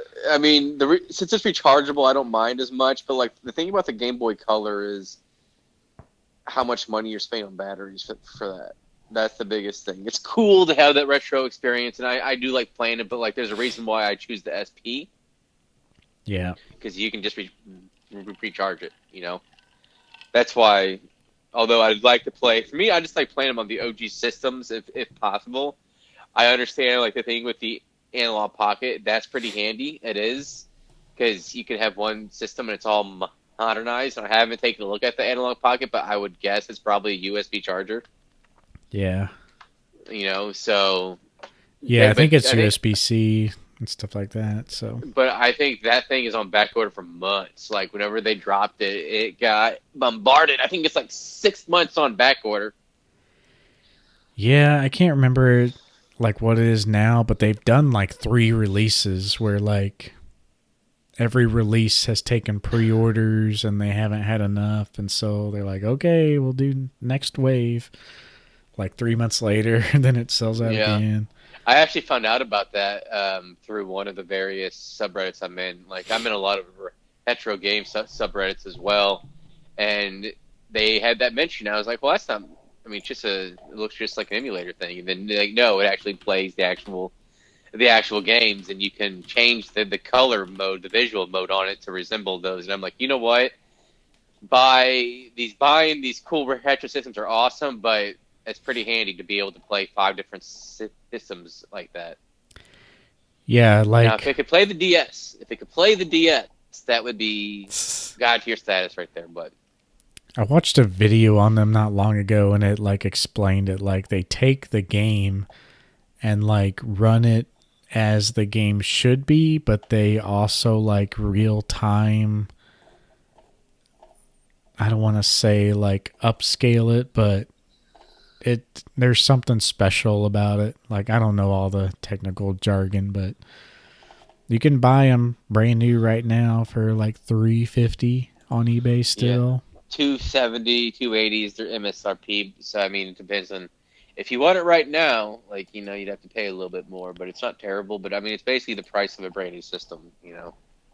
Yeah, That's but the this thing. is the end all be all system though. So if you're into all that, like Yeah, yeah, this is the buy it for life. Like this should take care of all of your Game Boy needs. But for the rest. Yeah, they do have a lot of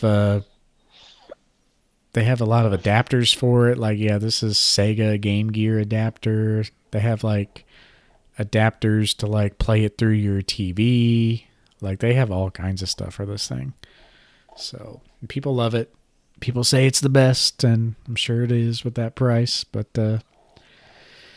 yeah, I guess that brings me to my number two, eh? Yes, it does. All right. So my number two is another kind of more general thing. It is the Pokemon that I have within the Game Boy systems. So it's the digital versions of my like living Pokédex, which is like on the handheld games. Essentially the Pokemon that I have in Pokemon Home. I have played the games in downtime for a very long time, like going back all the way to the original Diamond and Pearl. In my Pokemon Home, I have Pokemon going all the way back to 2011 when I was getting back into it. I have like a complete living dex, so every species, every evolution is like represented in my living Pokédex. Theoretically, when a new game comes out, I could like transfer all those Pokemon to that game and like complete the Pokédex instantly. They do limit that though, like it isn't available right away. Like you can't transfer all those to Scarlet and Violet, but there's like a grace period. Like sometimes it's like 3 to 6 months before you can transfer Pokemon from home to the newest game. But all my Pokemon live there. I have Pokemon that I played the digital versions of Red and Blue on the DS and transferred them over. So they're from like, they have a little Game Boy Color symbol. Like all these Pokemon like tell you the date you caught them, where you caught them, what game you caught them on. So it's just an awesome little time capsule of all my stuff right there together. But yeah, that's my number two. I have all my event Pokemon on there. Pokemon that my friends traded me for certain things. Like I have a bunch of Pokemon on there for like my high school friends' names are on the Pokemon as like the original trainers. So that's cool. Like all of my memories since like 2011 on the handheld games is in my Pokemon Home. And See, that's pretty cool. Like yeah, that's pretty neat. And I was worried about that when he told me like you have everything. I was like, why don't you just transfer things over and just absolutely yeah, destroy the entire game? But that's cool that they obviously think about that and yeah, they don't allow you for a certain time frame because that would be, I mean, to each their own if you want to do that, right? But yeah. And that would every just new game that comes out, like I complete the Pokédex before doing that. Like in Scarlet and Violet, I'm like waiting on a buddy to swap Pokemon with his Scarlet version. But after we do that, like I'll have the Pokédex 100% on that. So it's like, every time a new game comes out, you're collecting brand new Pokemon. But yeah, it would be OP to like battle with them. Like they give you that time frame to only battle with new teams. Like you pretty much have to make your new teams. Like I've been battling online since X and Y. So every game since X and Y, like I have really good like Pokemon that I've bred specifically to have like the best stats, the best moves that would like wreck a normal level 100 Pokemon of that type. So it's cool to store all your creations and like all your Pokemon. Like one of my favorite Pokemon is from X and Y. It was a Blaziken that I would always use online battling. It had speed boost, so every turn it got a boost in its speed and it could mega evolve. And I would always do Mega Blaziken, and it was like one of the most OP things in X and Y.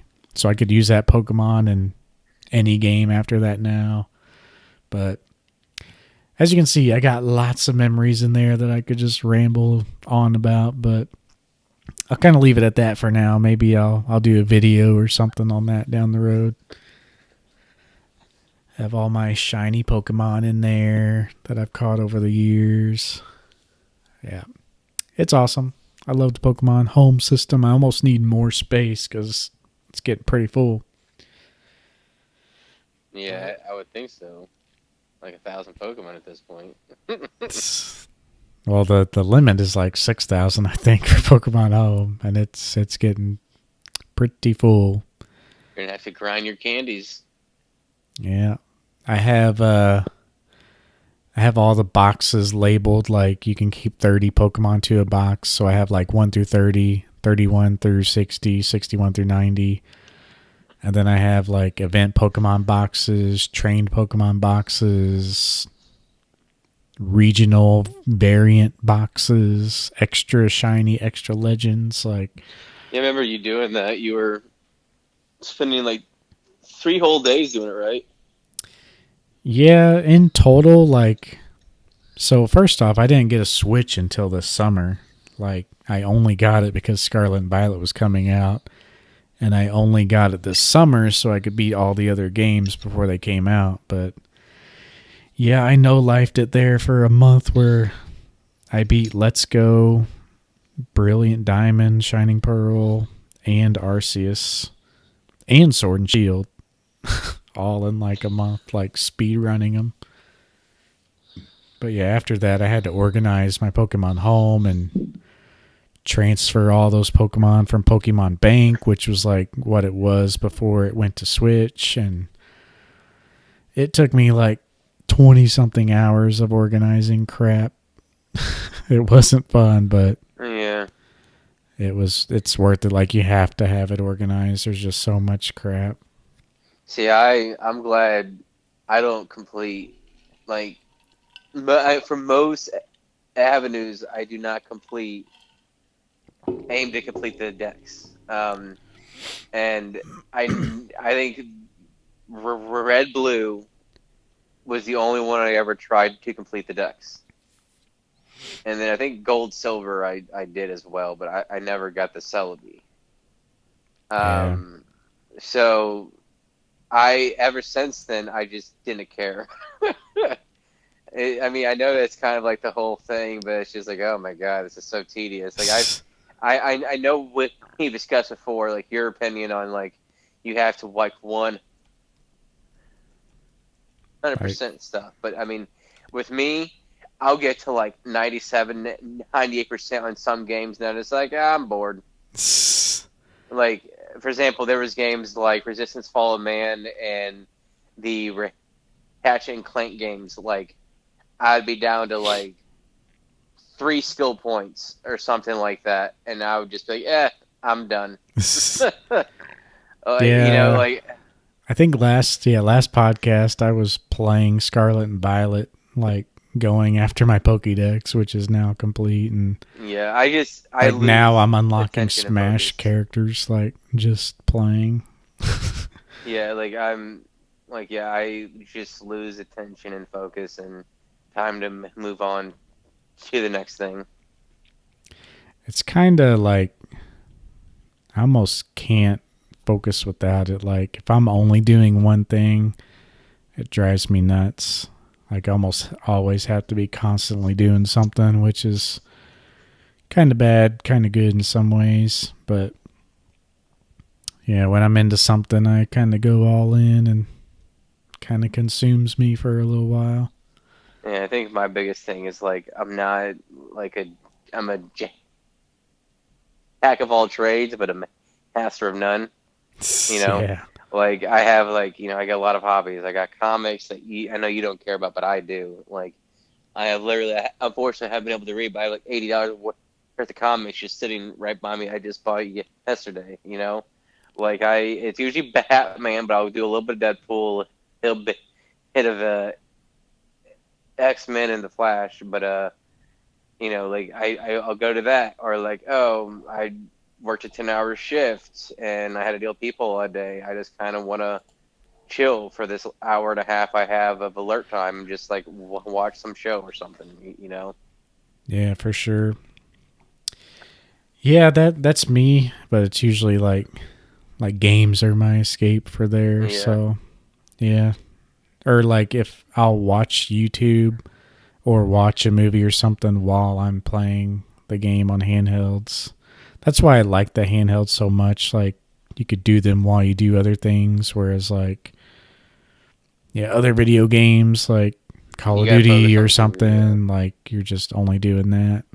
Yeah, I mean, I would say my favorite game system of all time, if it isn't like the PS2, would be any of it would probably be like the Game Boy Advance. Yeah. You know, like, cause that's like you said, you can play on car rides and or on situations where I didn't always have a TV or I had like 5 channels. Oh my God, yeah. Some of y'all don't remember that, but it was, we had like six.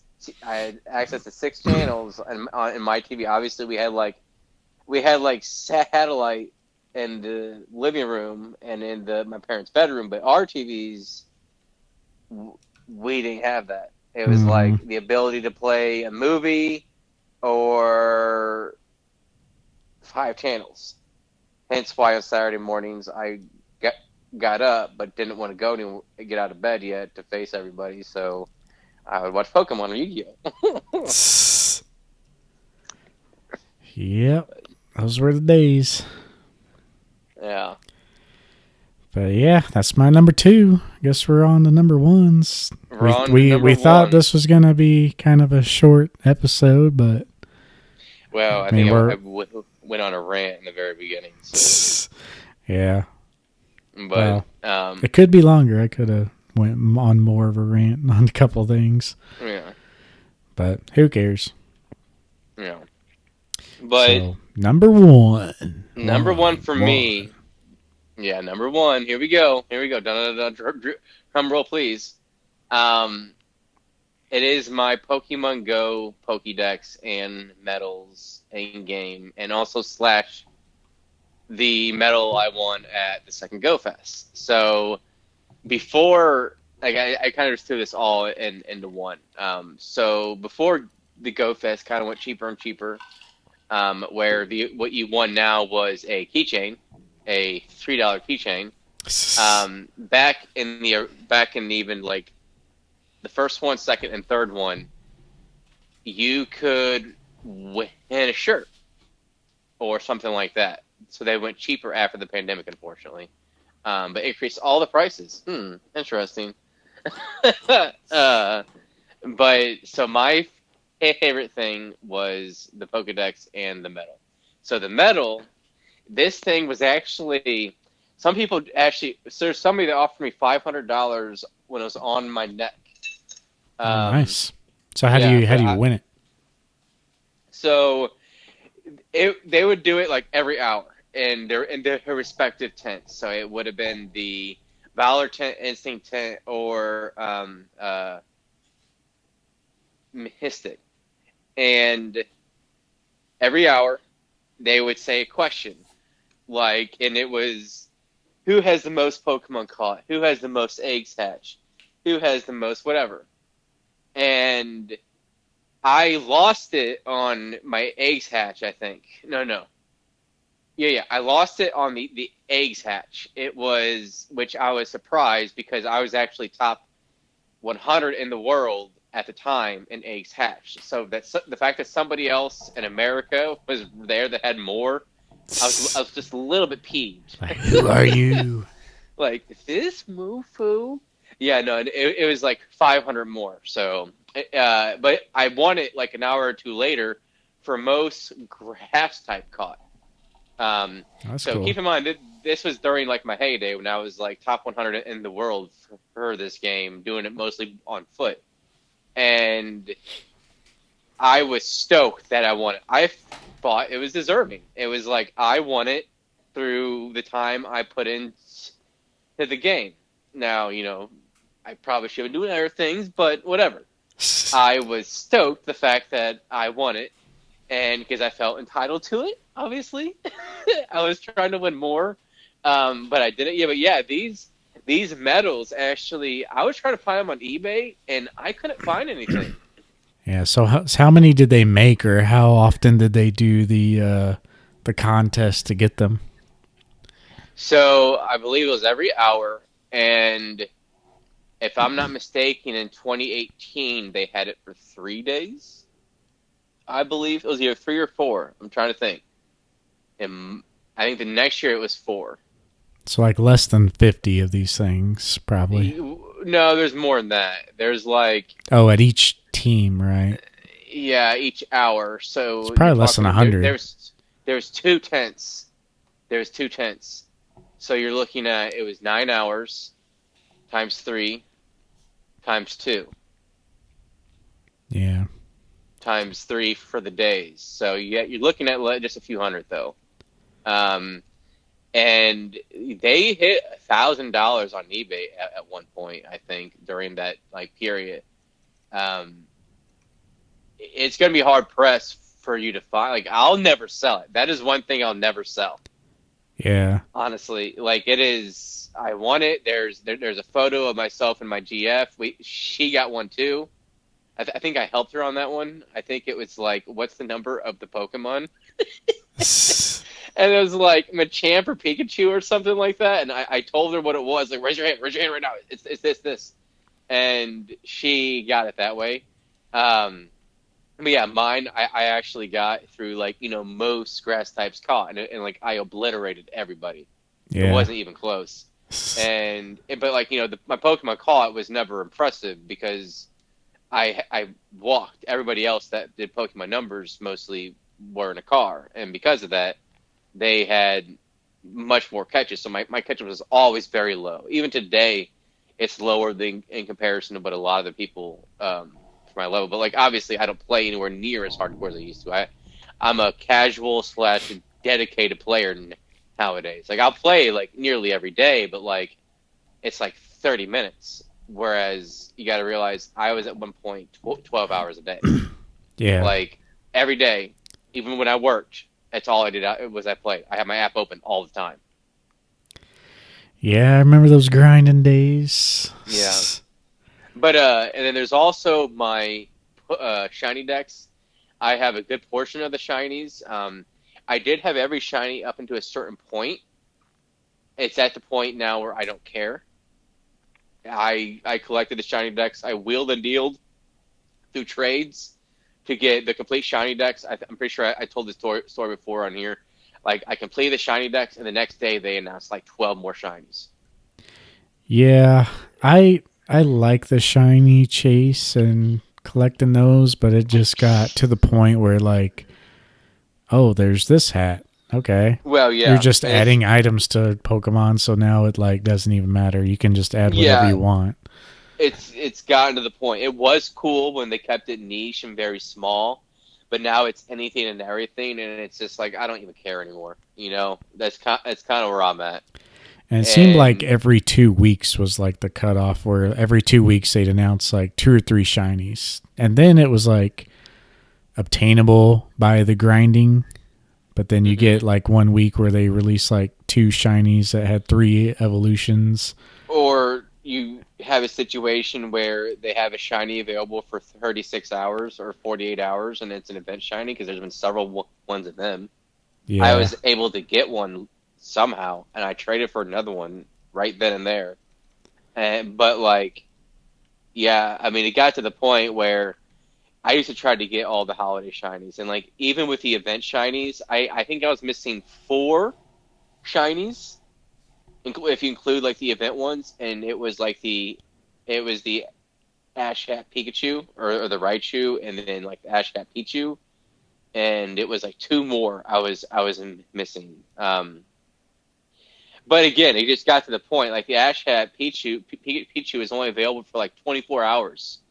Yeah, they brought it back at some point, but like like literally 24 hours. It was when they were doing this event with Pikachu where it was like 7 days, 7 days of Pikachu. So you had one day it was like the Santa hat, one day it was the Witch hat, one day it was the Summer hat, one day it was the Ash hat. They did that for 7 days, and I actually did get a few of them. But like it just the grind became too much. Like there was a point where it was just too much. Like I had to.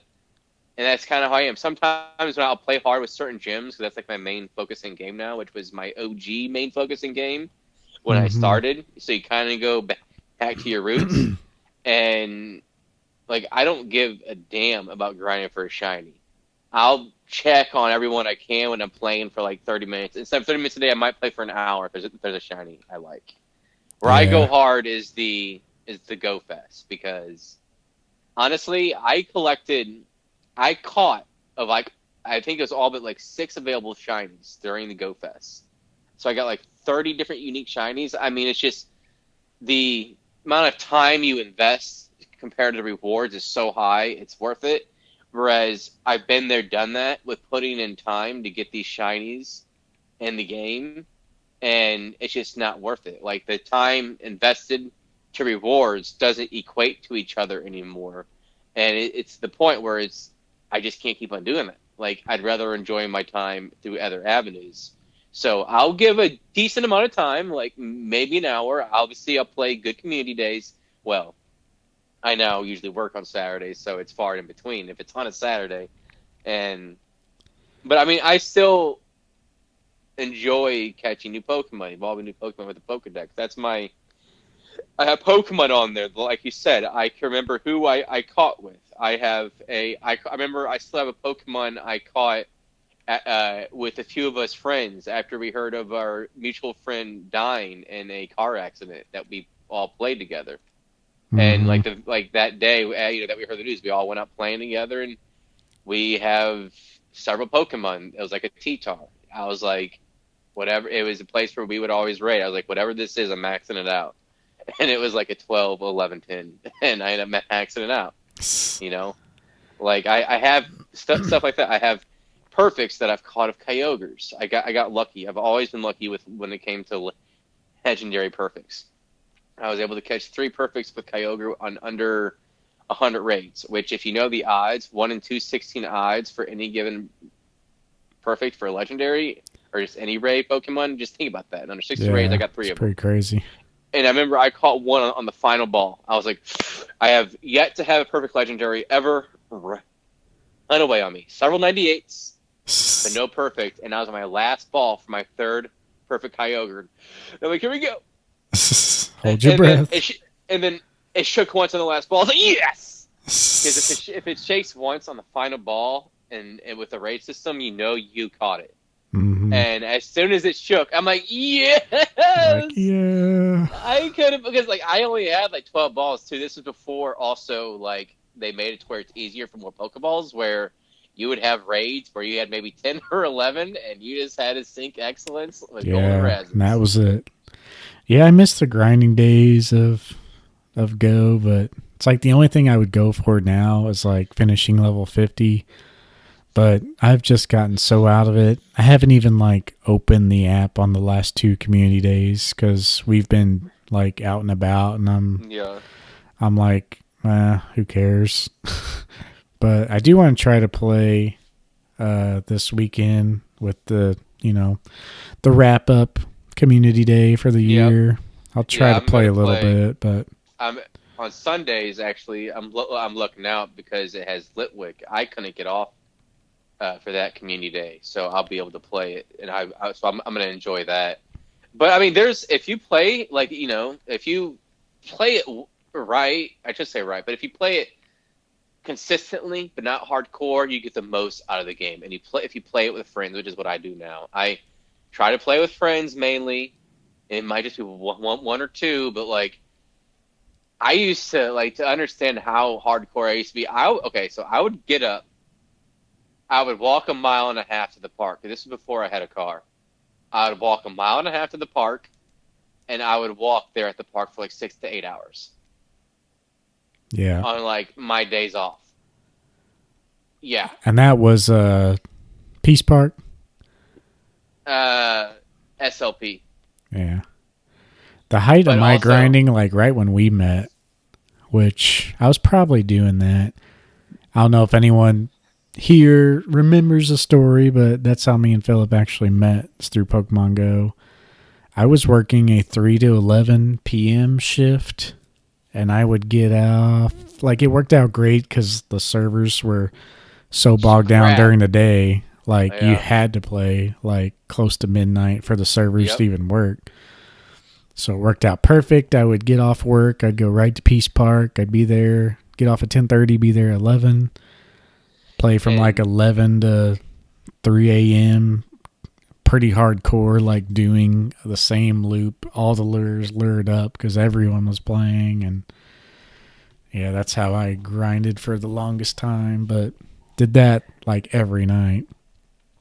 Yeah, and this was whenever like there was a 2 week period every year where my work basically almost completely closed to clean up and everything and all that. And so I wasn't working a whole lot of hours. And this was during a month that they were slow anyway. So I was literally working like for this month that it came out, I was averaging like 12 hours a week. This was when I was kind of still in college, but like I was losing interest. Like I had already a degree. I just kind of went back. I didn't know what I was going to do. And yeah. Anyways, so I had a lot of time to play, And what I do, I would like play from like 10 p.m. with these crappy little battery packs, and obviously this was during my drinking days, so I would get me about 8 shooters, and I remember that. I would bring a little bit of cannabis, and I would just be. I'll have a sip of booze and a hit of marijuana, and then I'd just start playing, and I literally would play until the sun came up. Yeah. I remember playing like till 3 or 4 a.m., sometimes 5. Like the last few hours we would drive around because people didn't have the lures up because people went to bed. But then, then you'd have to spend an hour evolving all your crap. All your Pidgeys that you grinded that night. And then that's when the spoofers became a thing. Yeah.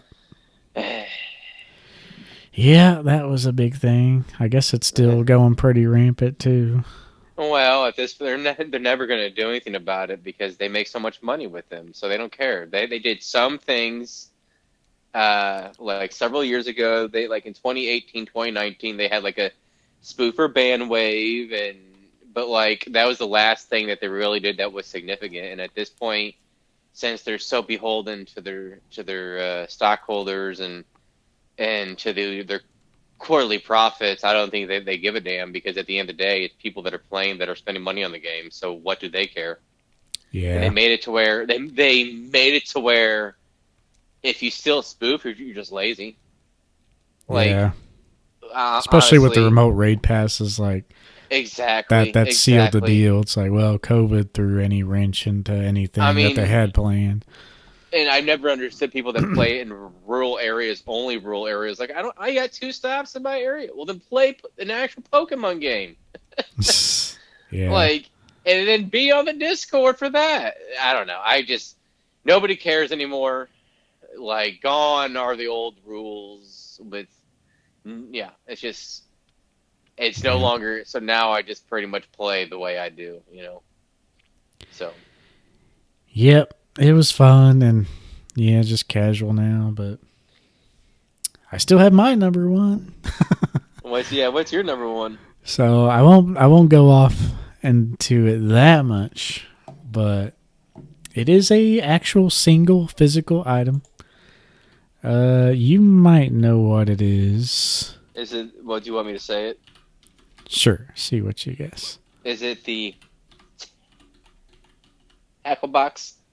Yep, it is the Suncast Pokemon Storage Box.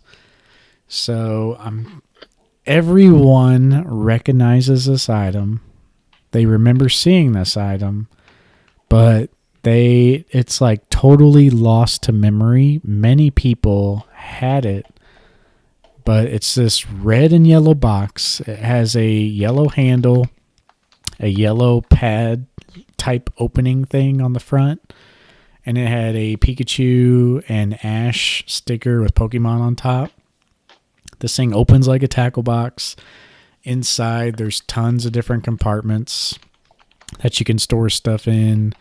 Has dividers in there, pretty much like a ultimate storage box for a kid. It had little slits on the lid when it opened so you could stack cards upright.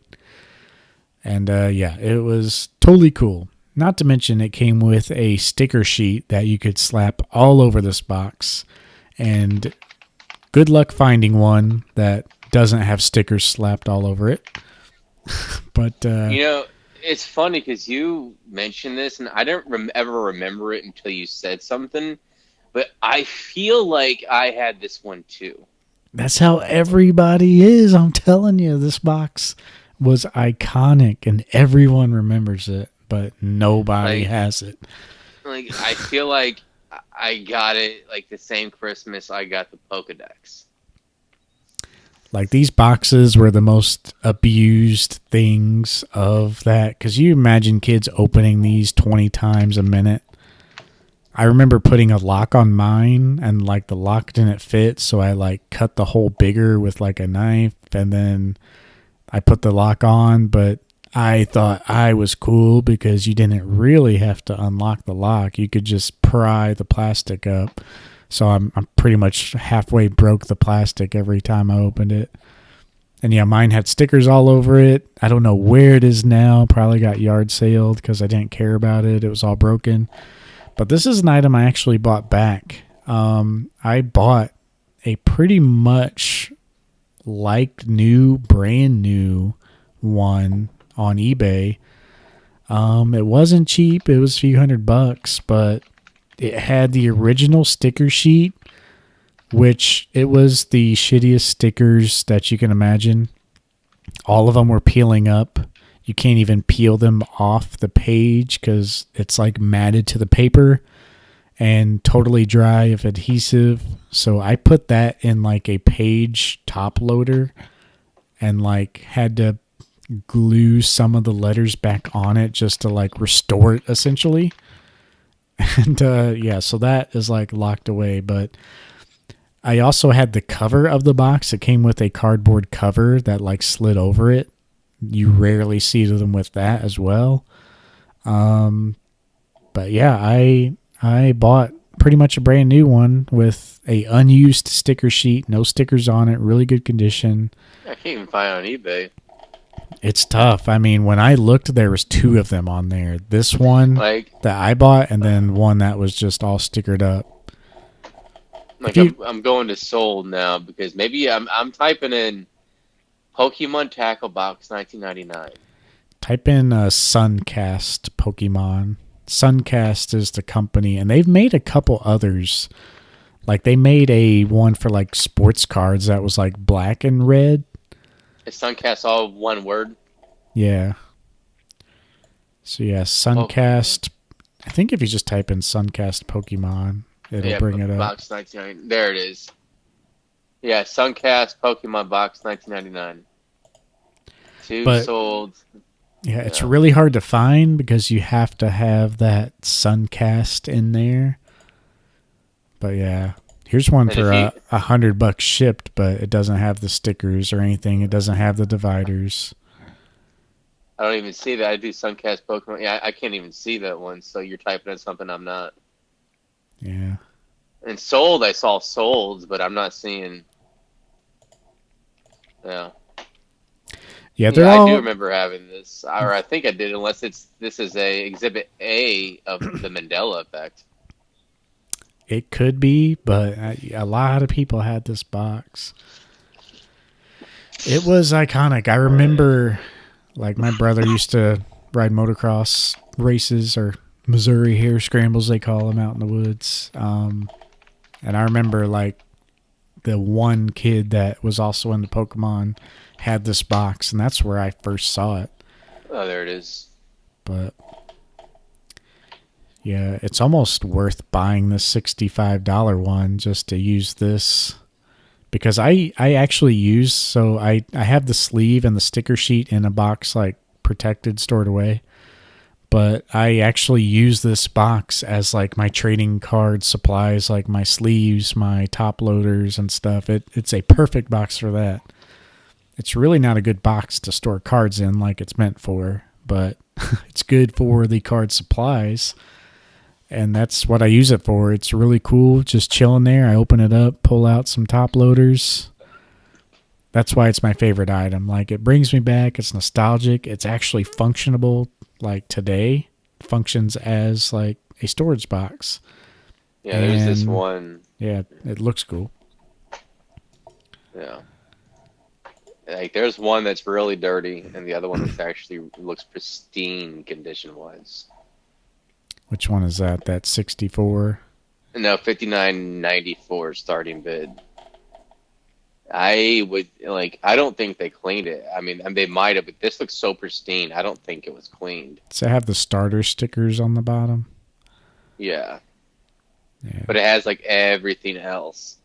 Like you can take those off or just throw it in the freezer. It's missing the sticker on the top, though, too. Like Yeah. those squares, there's stickers that go there. You could tell they like scraped them off or something.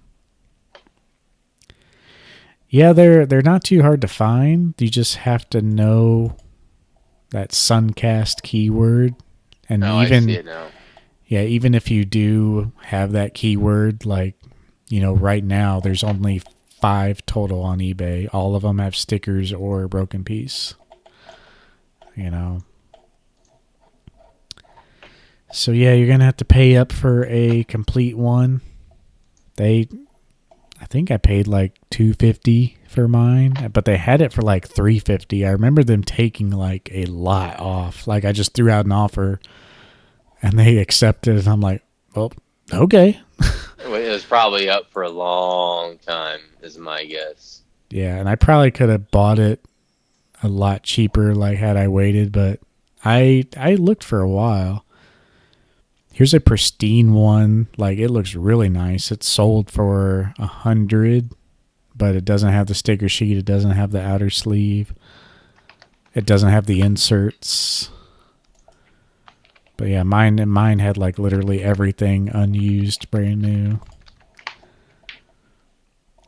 But I'm happy with it. It's my favorite item for storage.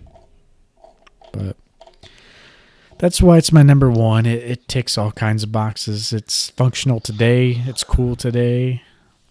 Nostalgic today. It was like, aside from that Game Boy and like some marbles and some of the little action figures, like that was the only other thing like that I really had that wasn't TCG related. Like that was the main thing. I had my Game Boy games. I had the marbles, the little plastic figures, all of which I stored in this box. Like even as a kid, I had my Game Boy in this box. I loved it. I loved storing things. I loved organizing things. Hence why like I'm so anal about my collection now. I just love that stuff. But anyway, that is our top 5. I think we're pushing on the time. Maybe we can cut out our game, but Well, the question I would like to ask, because I refrained from saying anything in the news because of let's just do the questions and we'll save the game for next time. But all right. So what's your question? So with the new EX era, or will the new EX era create a newfound renewed vigor for the Lost era? Will it finally attain the widespread recognition it deserves? Could we see a market bump? I think no, for the reasons you said, but I think we are currently seeing a little bump. Maybe that was because, the new EXs got announced and it like stirred up things, but also because Gen 3 and the Lost Era was starting to uptick already. And even at KC Collecticon last October, I remember one of the last booths we were at when they had a lot of Gen 3 slabs. And one of the other vendors from, I think, Drip or somewhere over by one of their booths was there looking at the slabs, and he was like picking up a lot of them. Like he was actively buying Gen 3 like Lost Era slabs, and maybe he was feeling it already, but since then we've kind of seen a creep up of Gen 3. I think it's to be expected. Right now, whenever I was looking through Yeti, there were and just TCG player in general, there were a few cards. There are a few EX cards that are already very pricey. and Mewtwo being one of them. But also, if you want to get it in lightly played, they aren't terribly expensive. Mm-hmm. Sometimes finding depends on the card, right? But I could see more like the Lapras EX and the Blastoise EX are still pretty affordable. And I find that to be like, yeah, the Lapras EX is like $43. Maybe a little bit more, 60, 70, and near mint. Which is, Blastoise is a lot of people's favorite Pokemon. And then like Blastoise EX. Let's see what's Blastoise. It was only like 140. Yeah. For lightly played, I think. A lot of the like EX Fire Red Leaf Green cards, that's probably the Blastoise you saw, but yeah, the Charizard, Blastoise, and Venusaur in that set, those are my favorite EX cards for sure. But I think we see the uptick already. It's hard to say if it's from the new announcement or not, but I think people Neo has been, they haven't went up as much, but they haven't come down as much. And I think EX, they haven't went up at all, really. So they haven't come down at all, really. So I think now we're lagging behind and seeing them finally creep up. So I think that's all it is. But I just think back of when the EXs came back in Next Destinies, it was like a new and exciting thing, but it didn't really bring back the awe of the old cards. But the old cards weren't as exciting as they were then. They were just old, kind of crappy looking cards. It's like when Next Destinies came out, the EX era was like the XY era. Is to us, They were old back then. OG was still OG, and then they were old compared to like what was out. Yeah, but I think it's a little bit different. Yeah. Situation because there's a lot of things have changed since then. Now I think that it is to some extent, but there are always going to be some cards from the hobby, like the gold cards especially, that are going to do well, and especially in high mint grades, like they'll always do incredibly well. But like in talking about the EX cards, I think it's still a great time to buy these cards. I don't want to say too much because eventually we're going to have the X era episode, but I still think a lot of these are appropriately priced, but I also feel like they're underpriced for what they are. And it's I don't know. It's hard to say because, like, if they get any recognition like other eras have, it's like a lot of stuff is underpriced. And I think it's underpriced now just because, like, the rarity factor. But like your Blastoise, for example, I feel like that Blastoise should be a $400 to $500 card.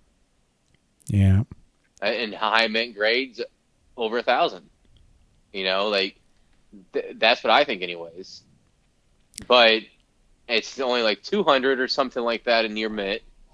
I would have to see. I'd have to check TCG player to double check, but I just felt like when I was going through it, like it was the lightly played through Yeti game, it was really cheap. Yeah. Yeah, they're pretty good buys, but yeah. It might bring up a resurgence, but yeah. Short answer is I think it's due to other factors more so. But it might help a little bit. But yeah, near mint's 200 average. Yeah. My question is a little more simple. When do you think we will see shiny alt arts? Do you think we'll see it in the Scarlet Violet era? Or do you think by the end of the Scarlet Violet era, we'll still be creative enough with alt arts to not have to bust out the shiny card? eventually, I think we're gonna have shiny alt arts. We're gonna have alt arts and Yeah, then shiny alt arts.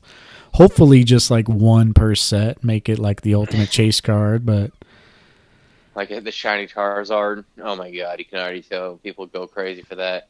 Um, I think that you could see that this era. I hope you see more texturing in these cards because one thing that Pokemon does a lot of things right. They, especially with the foiling, with the art, but one of the biggest thing it lacks on its comparison to say yes, even Dragon Ball Super TCG is the texture.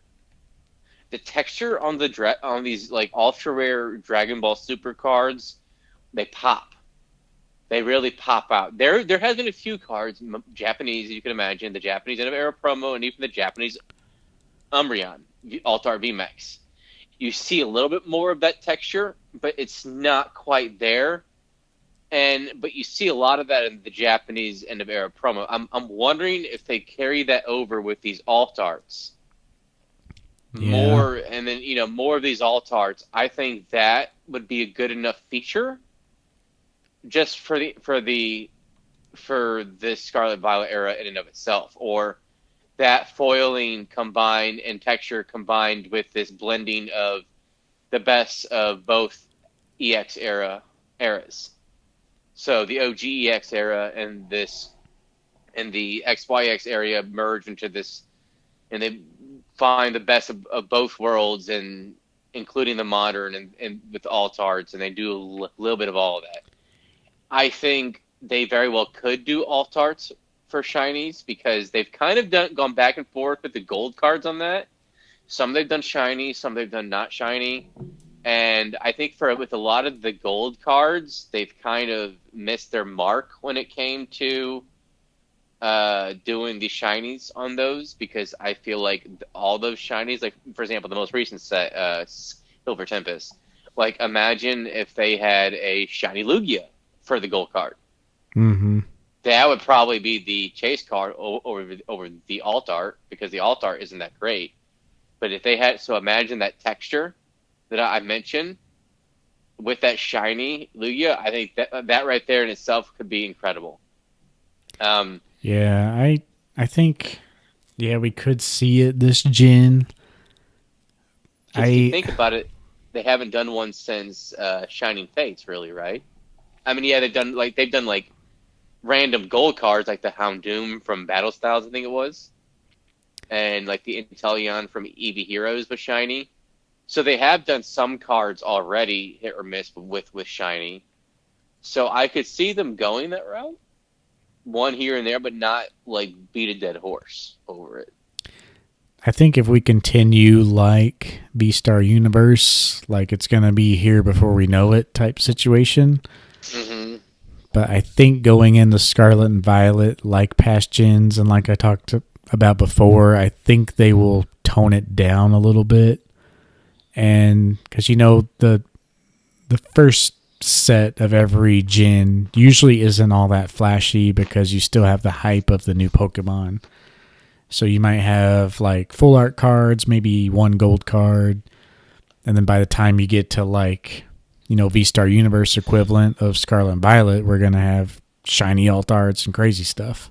That's Yeah. usually how it goes. So I think they'll do a good job of toning it back, kind of reset everything, and hopefully kind of stick with this game plan of more alt arts, more character rares, but make it a slow creep. Don't flood us. Like, if every set's going to be like V-Star Universe, like this time next year, like we're going to have shiny alt arts. But Yeah. I think they're going to Well, I tone it think back quite a bit. they got to be careful about doing that too, because eventually again, like we mentioned before, your base kind of becomes numb to it. Yeah. So you don't want to show your hand out the gate, because then what are you going to do to build on that? Mm-hmm. So you're going to see cool elements. You will. Like, you might see a one-off card like what you are describing here and there. Because there's several big ones that we haven't had for alt arts. And the first one that comes to mind is Greninja, um, Alakazam. You know, like there are a few big names that haven't had an alt art yet, so they can keep on with this alt art thing for a while, Mm-hmm. having just a few in each set. So I don't think they should stray away from that formula just yet. But it would be cool to, like I said, incorporate elements from, like, so it'd be Pokemon Alt Art EX, and you might even see a card that has homages from the EX era. And it's like we said before, it's alt art, but it has a lot of that like silver foiling around the borders and stuff, like the EX era did. Like Yeah. that blended that like that's all they have to do for this era, in my opinion. They don't even need to break out the shinies yet. Although it'd be a cool I could see them doing that by the whatever the equivalent of the V Star universe is. Yeah. I could see them doing it by then. But like we kind of get the point. Where do you go from here? That's the biggest thing. How can you keep on building? And I don't know if you can get beyond alt arts unless you start doing numbered cards. Yeah, they Or need different. to. They could really push the alt art for a long time. If they do Yeah, a grand reset and like basically repeat what we had in Sword and Shield, I mean, this could just be the format of Pokemon cards for a long time if they do it right. yeah, yeah. So, If they don't blow their load all at once, then they should be able to build off this and really ride this. I mean, think about how many Pokemon that they could milk just from this era, right? There's so many big names that still haven't done, and they usually don't do more than a handful of alt arts every single set. Maybe one mm-hmm. set you might get like 5 or 6 or something like that, and they'll go ham. But so I'm trying to think how many sets there were. Here, 1 second. Spare with me for just 1 second. I'm going to Poke Collector. So 1, 2, 3, 4, 5, 6, 7. Because they didn't do alt arts and celebrations. 8 for Chilean Rain. 9. So they've had 9 sets with alt arts for English. Yeah, So and then not very 10, many. 11, 12, 13, 14. So 15 sets. I mean, if the average is 3 to 4, just think about that, right? So you're looking at maybe 60 Pokemon, and they're going to spit out another Charizard because they have to.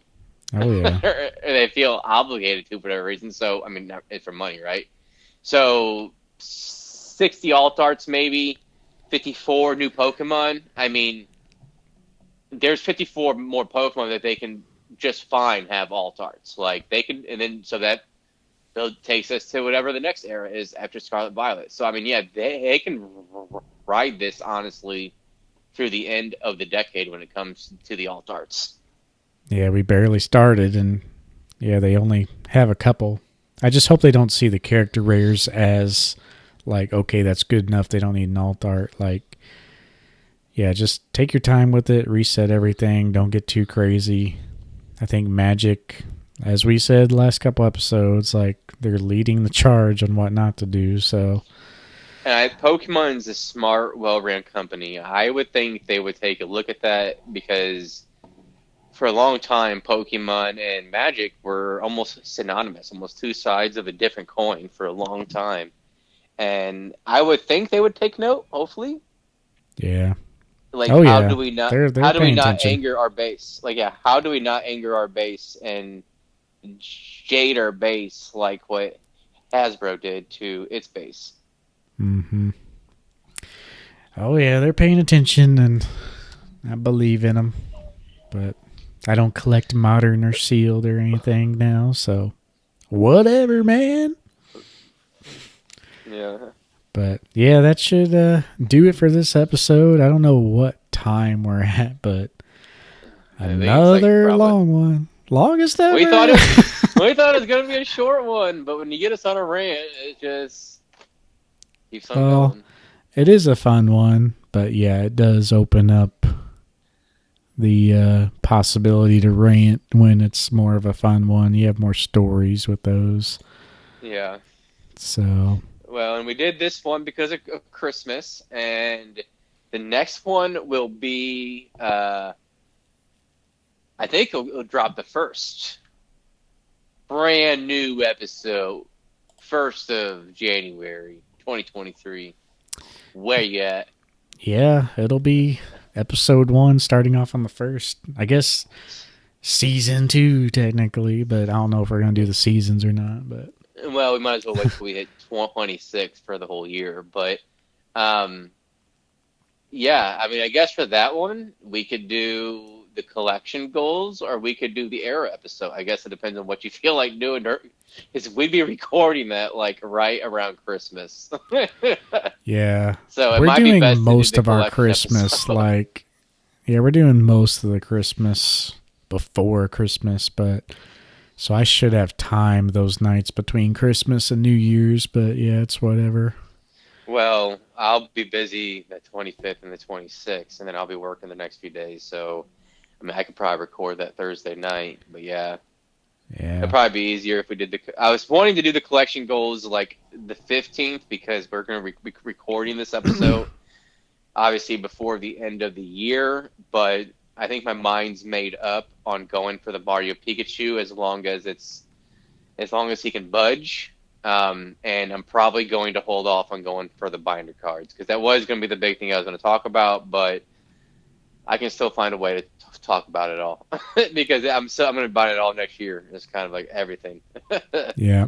But yeah, that's what we have in store for y'all. Either an air episode or a Pokemon collection goal episode for the next episode on the next time on PokeTalk Podcast. On PokeTalk Podcast. Ooh, power up! All right, guys. We'll see you in the next one.